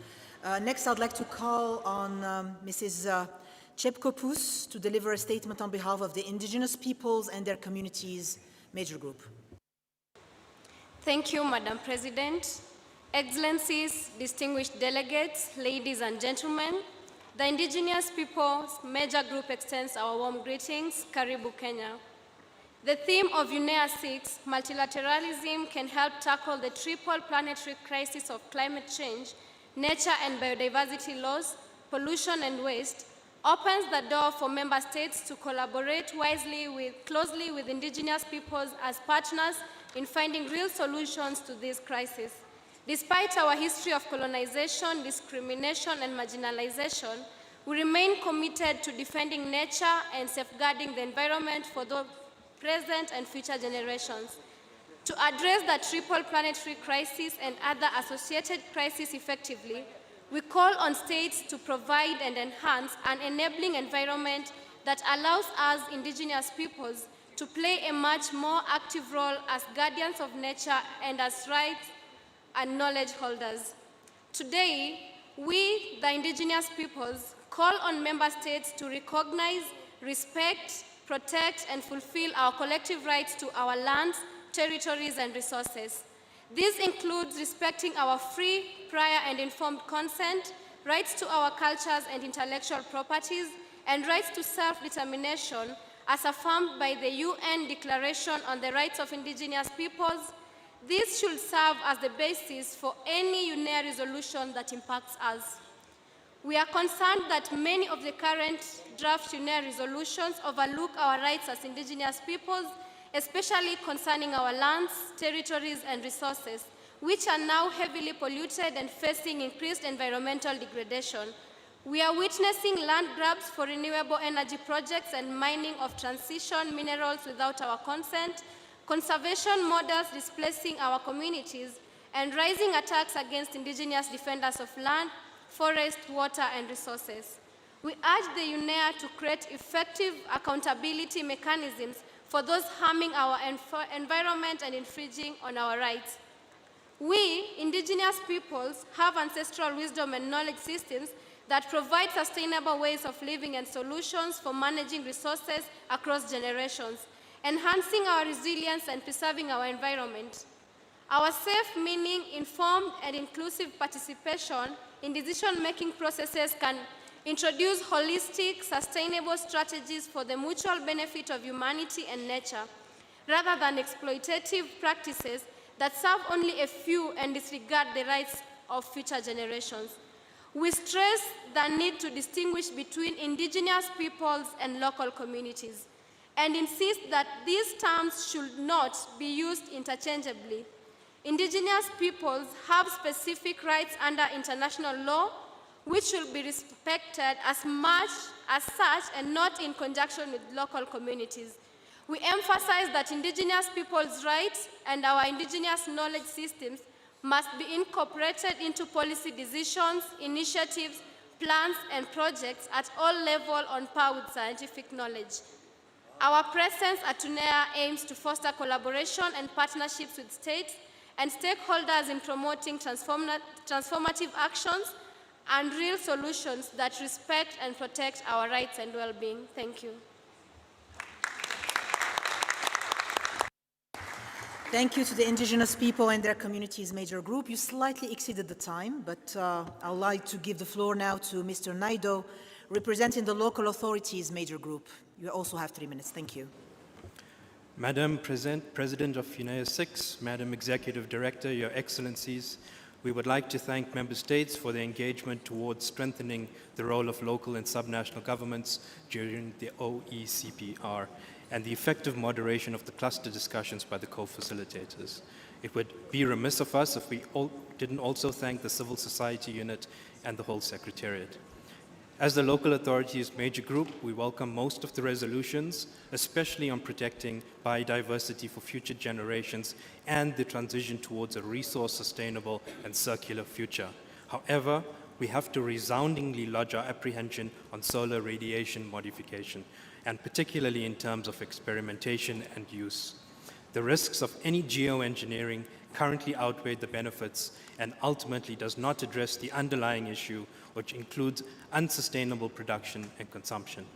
In addition, resolutions on water, nature-based solutions, and air pollution are very important for our constituencies and will continue to follow them. We will hear shortly from Mayor Belmonte from Quezon City about the 3rd Cities and Regions Summit, which was hosted in parallel to the OECPR. At the summit, we heard from city and subnational leaders from Quebec, California, Freetown, Cape Town, Barranquilla, Quezon City, Kiambu County in Kenya, and many others. The summit, together with what we heard at the GMGCF during this past weekend, only serves to reinforce our concerns and need to contribute to solutions. These points inhibit coherent and effective sustainability actions at the closest level of government to the people that give all of us in this room our mandate. These points are: we see an acute lack of an integrated and multilateral policy environment being included in resolutions. As local authorities, we have witnessed the complications that arise from policy misalignment. Having one change in a regulatory system without changing linked policies, strategies, or laws will result in a lack of a conducive regulatory environment for implementation.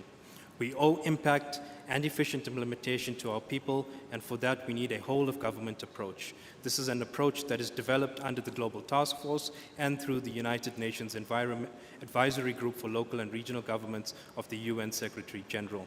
We have observed with hope the increase in the usage of terminologies such as equity, social cohesion, just transition, and human rights. This is welcomed, and we urge consideration of the how. How will we ensure that we see these concepts materialize for the people that are most vulnerable? We urge member states to take this into account, as our local and subnational leaders have a vast amount of knowledge, expertise, and insights to help solve close-to-the-ground problems that ultimately result in national priorities. We all want and need the same thing: a sustainable environment and planet for our future generations. We would like to end by offering our full support, insights, and expertise to the member states to advance a just transition, the circular economy, climate, and other environmental opportunities for a sustainable planet. Thank you.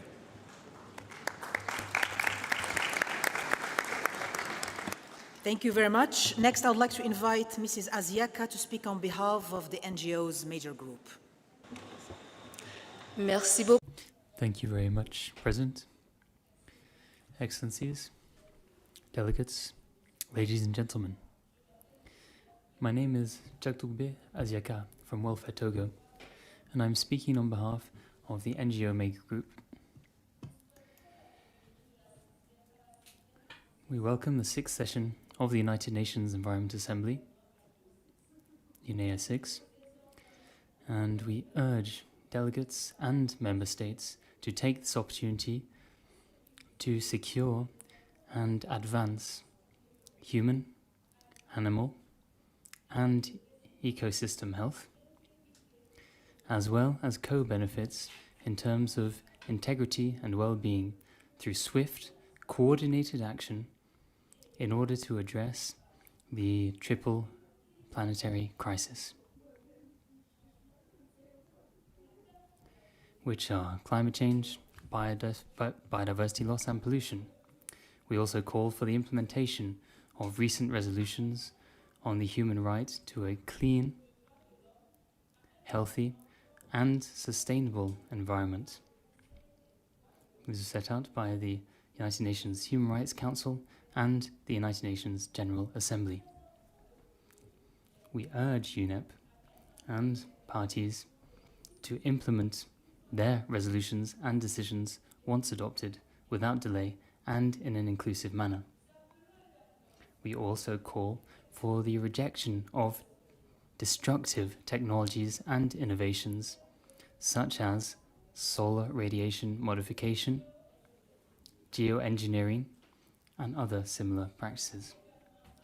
We would also like to remind parties and all stakeholders present here today that the state of the environment will only improve when there is true peace. Yes, true peace. The destruction of ecosystems and prevention measures are increasing at an alarming rate through wars and conflicts.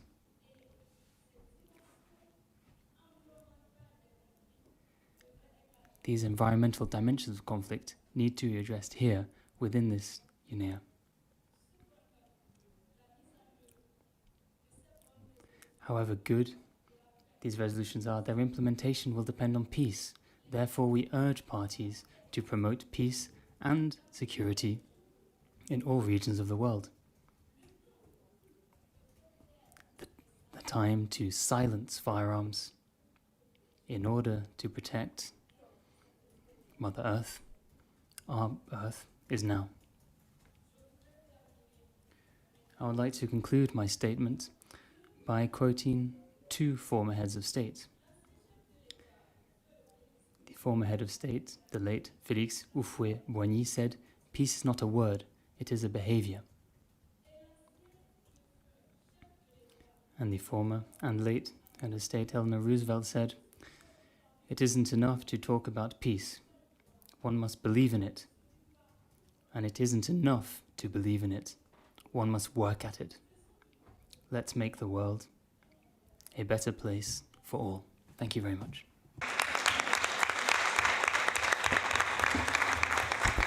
Merci. Merci à Madame la représentante des ONG. I thank the representative of the NGOs for her call for peace. The floor. I give the floor to Mr. Stefan Steck to speak on behalf of the Scientific and Technological Community Major Group. And the winner so far on the timing limit is actually the Farmers Group. Thank you very much.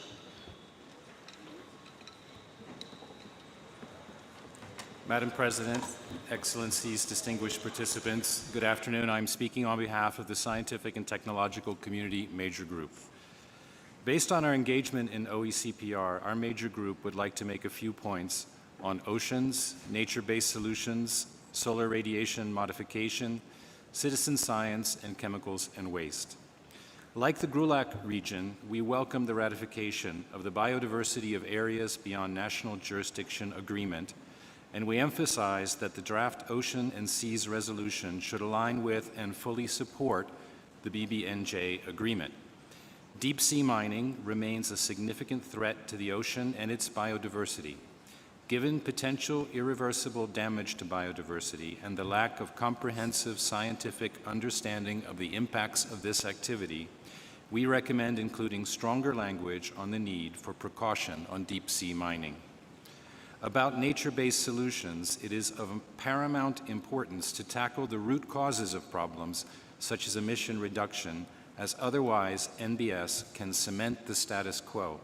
And without financial governance, the vast majority of NBS investments will result in no net benefit to the environment. We therefore need standards promulgated on a solid scientific basis according to evidence-based criteria, co-developed through inclusive consultative processes involving civil society and rights holders, respecting indigenous knowledge. Financing for NBS must be dedicated towards the science policy interface, specifically research, testing, criteria, and more importantly, certification, verification, and long-term monitoring within binding legal regulatory frameworks, since research shows that voluntary approaches tend to be ineffective. Third, pollution on a global scale cannot be the solution to pollution on a global scale. We favor a no-use approach regarding solar radiation modification, including a ban on open-air testing, because that is where the science leads us. We welcome the proposal to establish a multidisciplinary repository of knowledge under UNEP on the potential risks and impacts of SRM with input from stakeholders and rights holders, given that climate interventions have the potential to affect every aspect of life on our planet. At the same time, our members have expressed serious concerns about holistic assessment of SRM being committed to programs with limited intergovernmental oversight and limited engagement of rights holders and stakeholders. Citizen science is one practical and sustainable avenue for integrating the voices of indigenous peoples and communities and represents a social innovation in the way scientific work is undertaken. We call on UNEA and UNEP to support the scaling up of the most effective research programs through the establishment of a citizen science framework. Finally, we commit to engage with the interdisciplinary expert group of the Science Policy Panel on Chemicals, Waste, and Pollution Prevention. Madam President, we kindly invite all delegates to meet with the Science and Technology Major Group to support the science policy interface, and we are committed to work together with you and with everyone here to promote environmental protection, just transition, and sustainability. Thank you for your attention.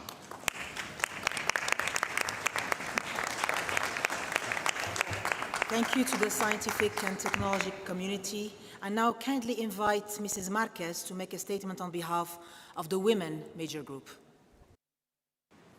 Thank you for the floor. Madam President of the UNEA-6, Executive Director of UNEP, distinguished member states and delegates.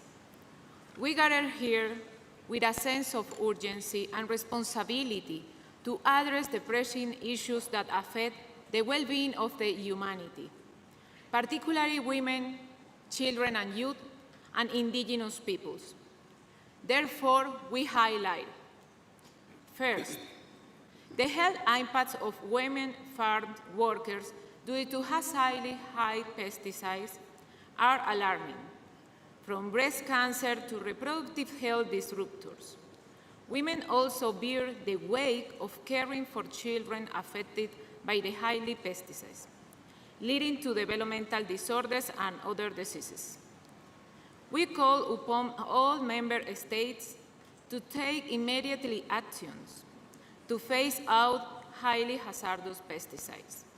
We advocate for the promotion of domestic solutions, including non-chemical alternatives, and seek international financial support for this crucial transition.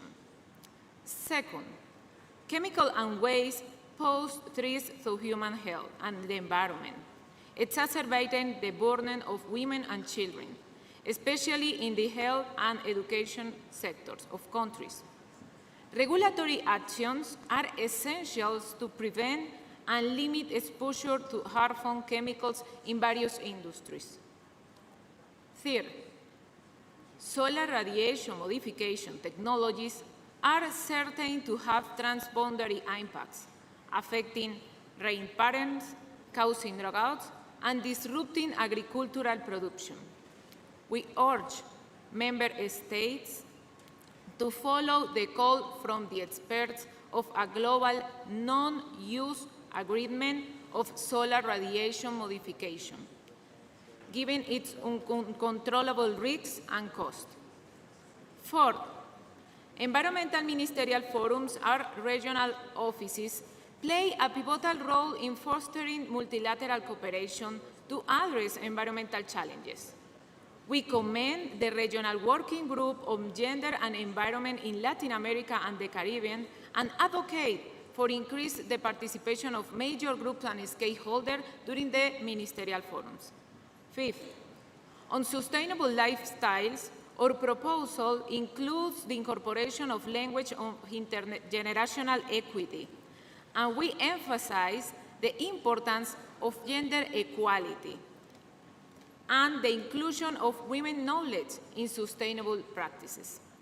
Lastly, we request support for climate justice, recognizing the disproportionate impact of women on women and girls in developing countries due to the climate change. Therefore, we call for collective actions to support vulnerable nations, reduce the risk, and promote resilience and adaptation. In the pursuit of justice, sustainability, and the well-being of our planet, let us unite and work together to address these critical issues. Thank you. Thank you to the Women Major Group. I call on Mrs. Okello to speak on behalf of the Workers and Trade Unions Major Group. Thank you. Thank you very much, Madam President, Excellency, distinguished guests, ladies and gentlemen. My name is Rebecca Okello, a climate policy advisor at the Central Organization of Trade Unions in Kenya. I am speaking on behalf of workers and the Trade Unions Major Group Coordination by the International Trade Union Confederation. The I2C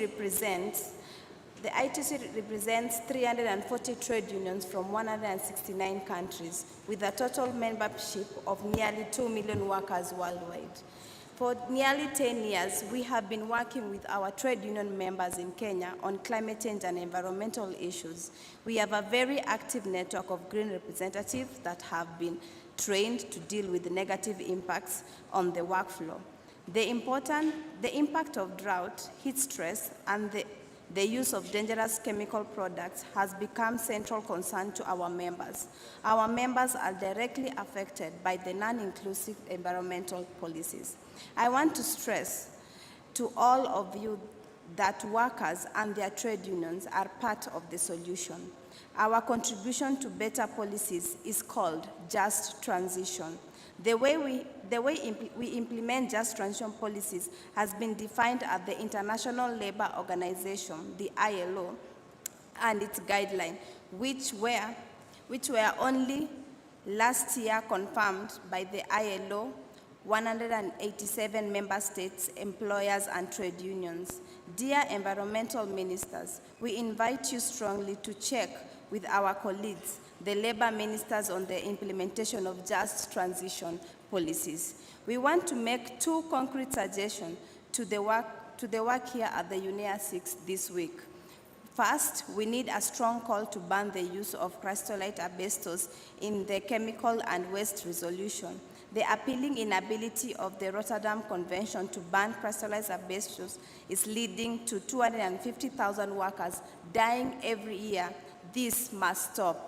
The global trade union movement supports very strongly the inclusion of a paragraph on just transition in the circular economy and minerals, in the circular economies and minerals and metals resolution. We want to stress, however, that just transition is important for all workers in the circular economy value chain.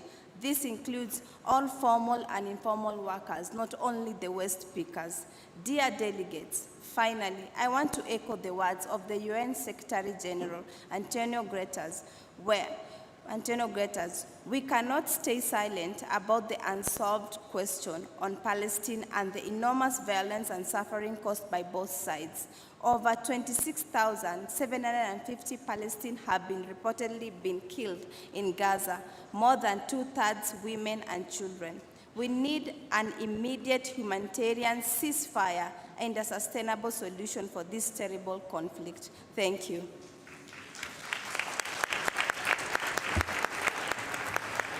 Thank you very much to the Workers and Trade Unions Group. I now call on Mrs. Arjaja to deliver a consolidated statement on behalf of the regional facilitators of the major groups and stakeholders. شكرا حضرة الرئيسة ليلى بن علي. Thank you, Madam President Leila Ben Ali, Minister of Energy Transition and Sustainable Development in the Kingdom of Morocco. My name is Mariam Jaja from Western Asia, on behalf of the major groups and stakeholders in the UNEP. I will be talking in English in order to ensure that the content of this statement is well communicated. Presenting the joint statement of the regions of the UNEP major groups and stakeholders.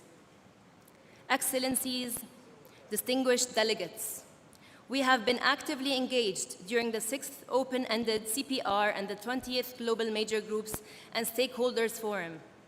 we express our gratitude to the UNEA presidency of the Kingdom of Morocco and the UNEP Secretariat for the platform and for the commitment to engagement demonstrated during negotiations. We would like to take the opportunity today to call on all of you to deeply and meaningfully consider the central importance of the respect of human dignity and of human rights. We are living in a time where fundamental human rights are being violated on a daily basis, where freedom, safety, and justice for all cannot be guaranteed. We recognize the urgent need to dismantle systems of oppression, to end occupation, stop the destruction of working landscapes, to halt war crimes and genocide, and to support decolonization. We highlight the need to protect the rights to self-determination and non-violence. We jointly call for a ceasefire in Gaza and everywhere in the world. A non-negotiable commitment to respecting human rights is a necessary prerequisite to making progress on our common environmental agenda. One fundamental human right we wanted to call out explicitly is the right to food security and food sovereignty, a basic human right we collectively advocate for a socially responsible, inclusive, and equitable transformation towards sustainable food systems.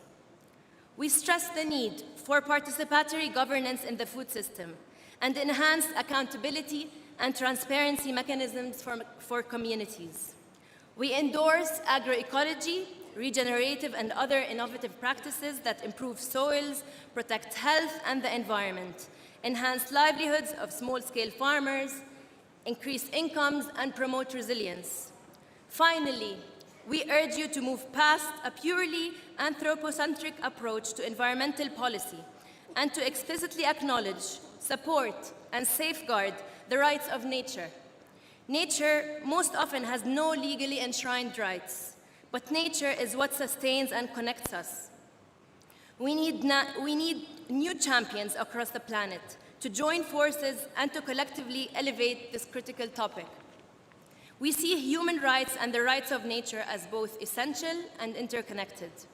On behalf of the 6 UNEP world regions in this first ever United Regional Statement to UNEA, we beseech you to do the same. Thank you very much.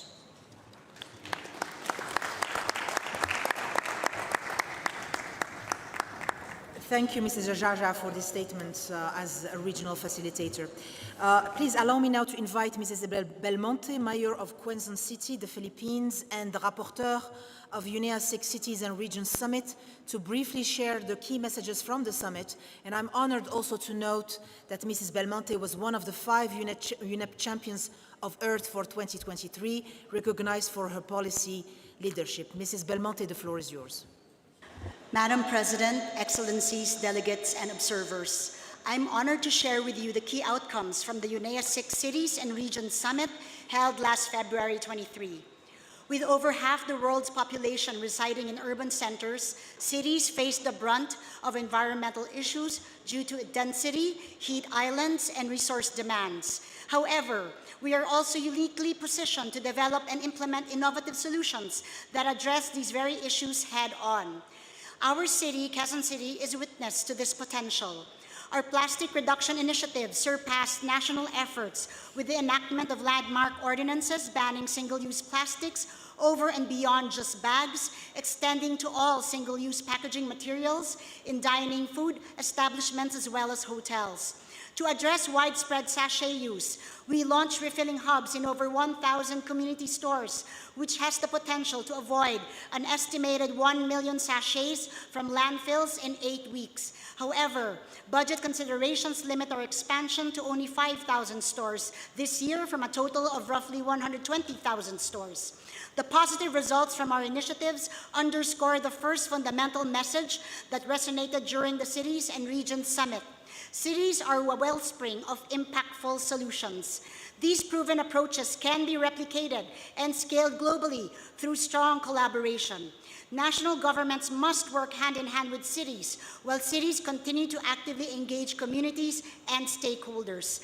This multi-level approach, leveraging both top-down support and bottom-up innovation, is critical to transforming local successes into global impact. Second, the rapid scaling up of city initiatives also necessitates accessible resources. The global need for urban infrastructure investment is estimated to exceed $4.5 trillion annually, yet socio-political and bureaucratic barriers often impede local authorities from accessing vital financing mechanisms. It is crucial these obstacles be lifted to unlock the full potential of cities as environmental leaders. Third, the summit also emphasized the need for stronger subnational government involvement in implementing multilateral environmental agreements, echoing best practices seen in the Paris Agreement and the Convention on Biological Diversity. Frameworks like CHAMP for climate action and the Plan of Action on Subnational Governments for Biodiversity demonstrate this effectively. Recent COP28 commitments, such as the subnational commitments to the Global Cooling Pledge and the Buildings Breakthrough Initiative, alongside the Kunming-Montreal Global Biodiversity Framework, further highlight the important role of local and subnational governments. We urge member states and the international community to establish frameworks to enhance and strengthen multi-level engagement towards fulfilling the commitments contained in these MEAs. Finally, it is our hope that local authorities, recognized as critical actors, will actively participate in implementing future UNEA resolutions and environmental initiatives. The challenges we face are immense, but our potential for collective action is even greater. Let us embrace the shared responsibility amplified at the summit.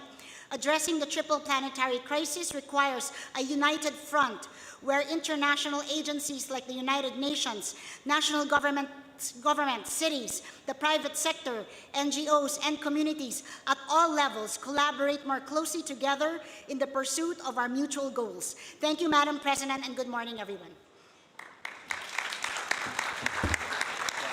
Thank you, Mrs. Belmonte. We highly appreciate all the contributions of the major groups and stakeholders to the work of the UNEP governing bodies, and we look forward to the continued engagement with you to effectively deliver on our mandates in support of sustainable development. And even though we close this item, with your indulgence and permission, I would like to give the floor to the only regional group that didn't speak yet. I would like to give the floor to His Excellency Qusay Rashid Al Farhan, Ambassador and Permanent Representative of Kuwait, speaking on behalf of the group of Arab Split State. The floor is yours. Thank you, Madam President of the UNEA, Layla bin Ali, Executive Director of UNEP in Nairobi, Zainab Hawa, Ms. Executive Secretary of the UNEP, Anger Anderson. Ladies and gentlemen, it gives me pleasure to commend the efforts of Her Excellency Layla bin Ali, President of the UNEA-6 and Minister of Energy, Transition and Sustainable Development in the Kingdom of Morocco, as well as Ms. Anger Anderson, the Executive Director of UNEP. I should also like to thank the Republic of Kenya for their warm hospitality and excellent preparation of UNEA-6, and for the partners for their efforts to convene the resumed session of UNEA. I would like to thank Mr. Faraz Khoury, Chair of the CRP, in the lead-up of the UNEA resolutions.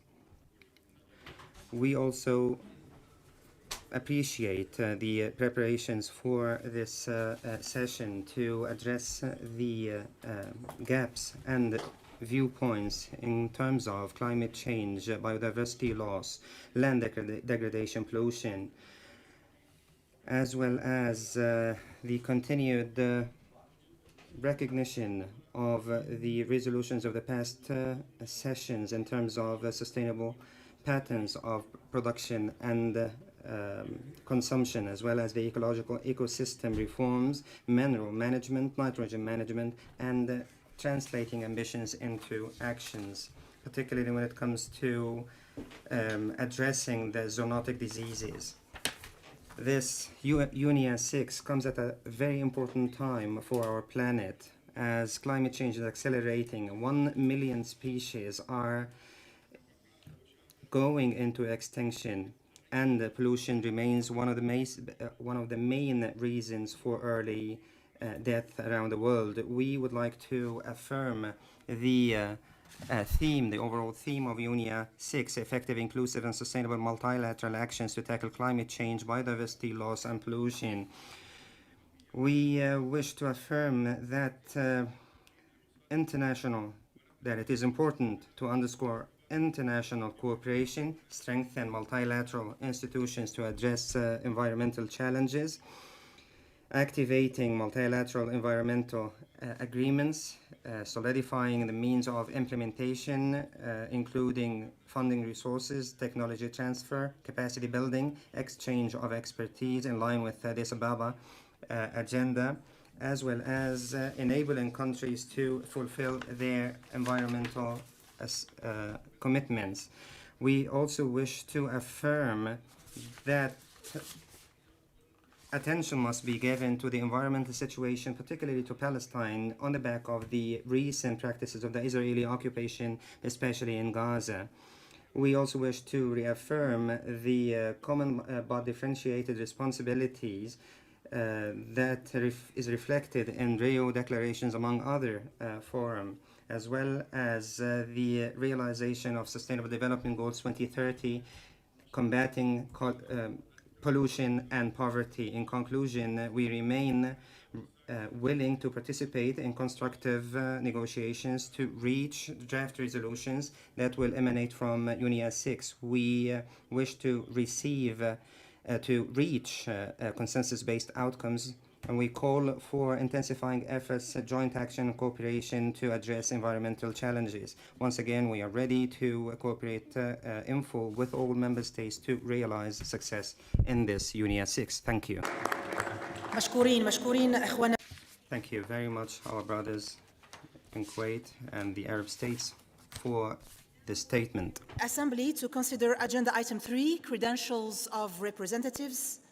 In consultation with the Bureau of the Assembly, it is recommended that we defer the consideration of this item to the plenary meeting on Thursday, February 29th in the afternoon, to allow sufficient time for the Bureau to examine the credentials of representatives and submit its report to the Assembly for adoption. If there are no objections, I see no objection. It is so decided. For those delegations that have not yet done so, please submit your credentials at the badging center until close of business tomorrow, Tuesday, February 27th. The Assembly has thus concluded this stage of its consideration of agenda item 3. Agenda item 4, next I invite the Assembly to consider the report of the Committee of Permanent Representatives. May I kindly invite my respected colleague and friend and brother, His Excellency Mr. Firas Khouri, Chair of the CPRs and Ambassador of Permanent Representatives of the Hashemite Kingdom of Jordan to UNEP, to present the report of the committee, focusing on the outcomes of the 6th meeting of the Open-Ended Committee of Representatives, which concluded last Friday. Thank you. Her Excellency, Madam President of the United Nations Environment Assembly, a very good afternoon to all of you. It's a great pleasure to see you all here in Nairobi. I will now report on the work of the CPR and on the outcomes of the 6th meeting of the Open-Ended CPR held this past week from 19th to 23rd of February 2024. Following consultations between the President of UNEA and Member States, the committee transmitted a revised final draft ministerial declaration as circulated to all delegates on 15th of February 2024, without prejudice of the rights of member states to make additional proposals for further consideration and adoption by UNEA at its closing plenary meeting. Under Agenda Item 6, titled Preparation of Draft Resolutions and Decisions for Transmissions to UNEA-6, the committee considered 22 resolutions and 2 decisions. Thanks to the hard work in prolonged sessions and the constructive atmosphere within the committee meeting and in the spirit of compromise, 1 draft resolution has been withdrawn and 2 draft resolutions have been merged. During the past week, the open-ended CPR has worked relentlessly. I acknowledge the extensive efforts of my fellow CPR Bureau members and those of the dedicated co-facilitators who led us through the hard negotiation stages. At the closing sessions on Friday evening, the committee decided to refer for further consultations 19 draft resolutions and decisions as follows. Number 1, L1, draft decision on management of trust funds and earmarked contributions submitted by Secretariat. L2, draft decision on the provisional agenda, date, and venue of the 7th session of the United Nations Environment Assembly, submitted by the Chair of Committee of Permanent Representatives. L3, draft resolution on environment assistance and recovery in areas affected by armed conflict, submitted by Ukraine. L4, draft resolution on effective, inclusive, and sustainable multilateral actions toward climate justice, submitted by Sri Lanka. L6, draft resolution on strengthening international efforts to halt land degradation, restore degraded lands, and increase ecosystem and communities' drought resilience, submitted by the Kingdom of Saudi Arabia. L7, draft resolution on fostering national action to address environmental challenges through increased cooperation between UNEA, UNEP, and MAEs, submitted by Malawi and the Kingdom of Morocco. L8, draft resolution on enhancing the role and viability of regional environment ministerial forums and regional offices in achieving multilateral cooperation in tackling environmental challenges, submitted by Malawi. L9, draft resolution on highly hazardous pesticides, submitted by Ethiopia. L10, draft resolution on development of criteria, norms, standards, and guidelines for nature-based solutions to support sustainable development, submitted by Cameroon. L11, draft resolution on sustainable lifestyle, submitted by India. L12, draft resolution on promoting synergetic approaches to address the interlinked global crisis of climate change, biodiversity loss and pollution, and support sustainable development, submitted by Japan. L13, draft resolution on sound management of chemicals and waste, submitted by Switzerland. L14, draft resolution on solar radiation modification, submitted by Guyana, Monaco, and Switzerland. L15, draft resolution on environmental aspects of minerals and metals, submitted by Switzerland and Senegal. L16, draft resolution on promoting regional cooperation to improve air quality globally, submitted by United States of America and Canada. L17, draft resolution on combating sand and dust storms, submitted by the Islamic Republic of Iran. L19, draft resolution on stepping up efforts for enhancing the circular economy transition domestically, regionally, and globally, submitted by the European Union on behalf of the EU and its member states. L20, draft resolution strengthening ocean and seas governance to tackle climate change, maritime biodiversity loss and pollution, submitted by Costa Rica and the European Union on behalf of the EU and its member states. L21, draft resolution on circularity of the resilient and low-carbon sugar cane agro-industry submitted by Cuba.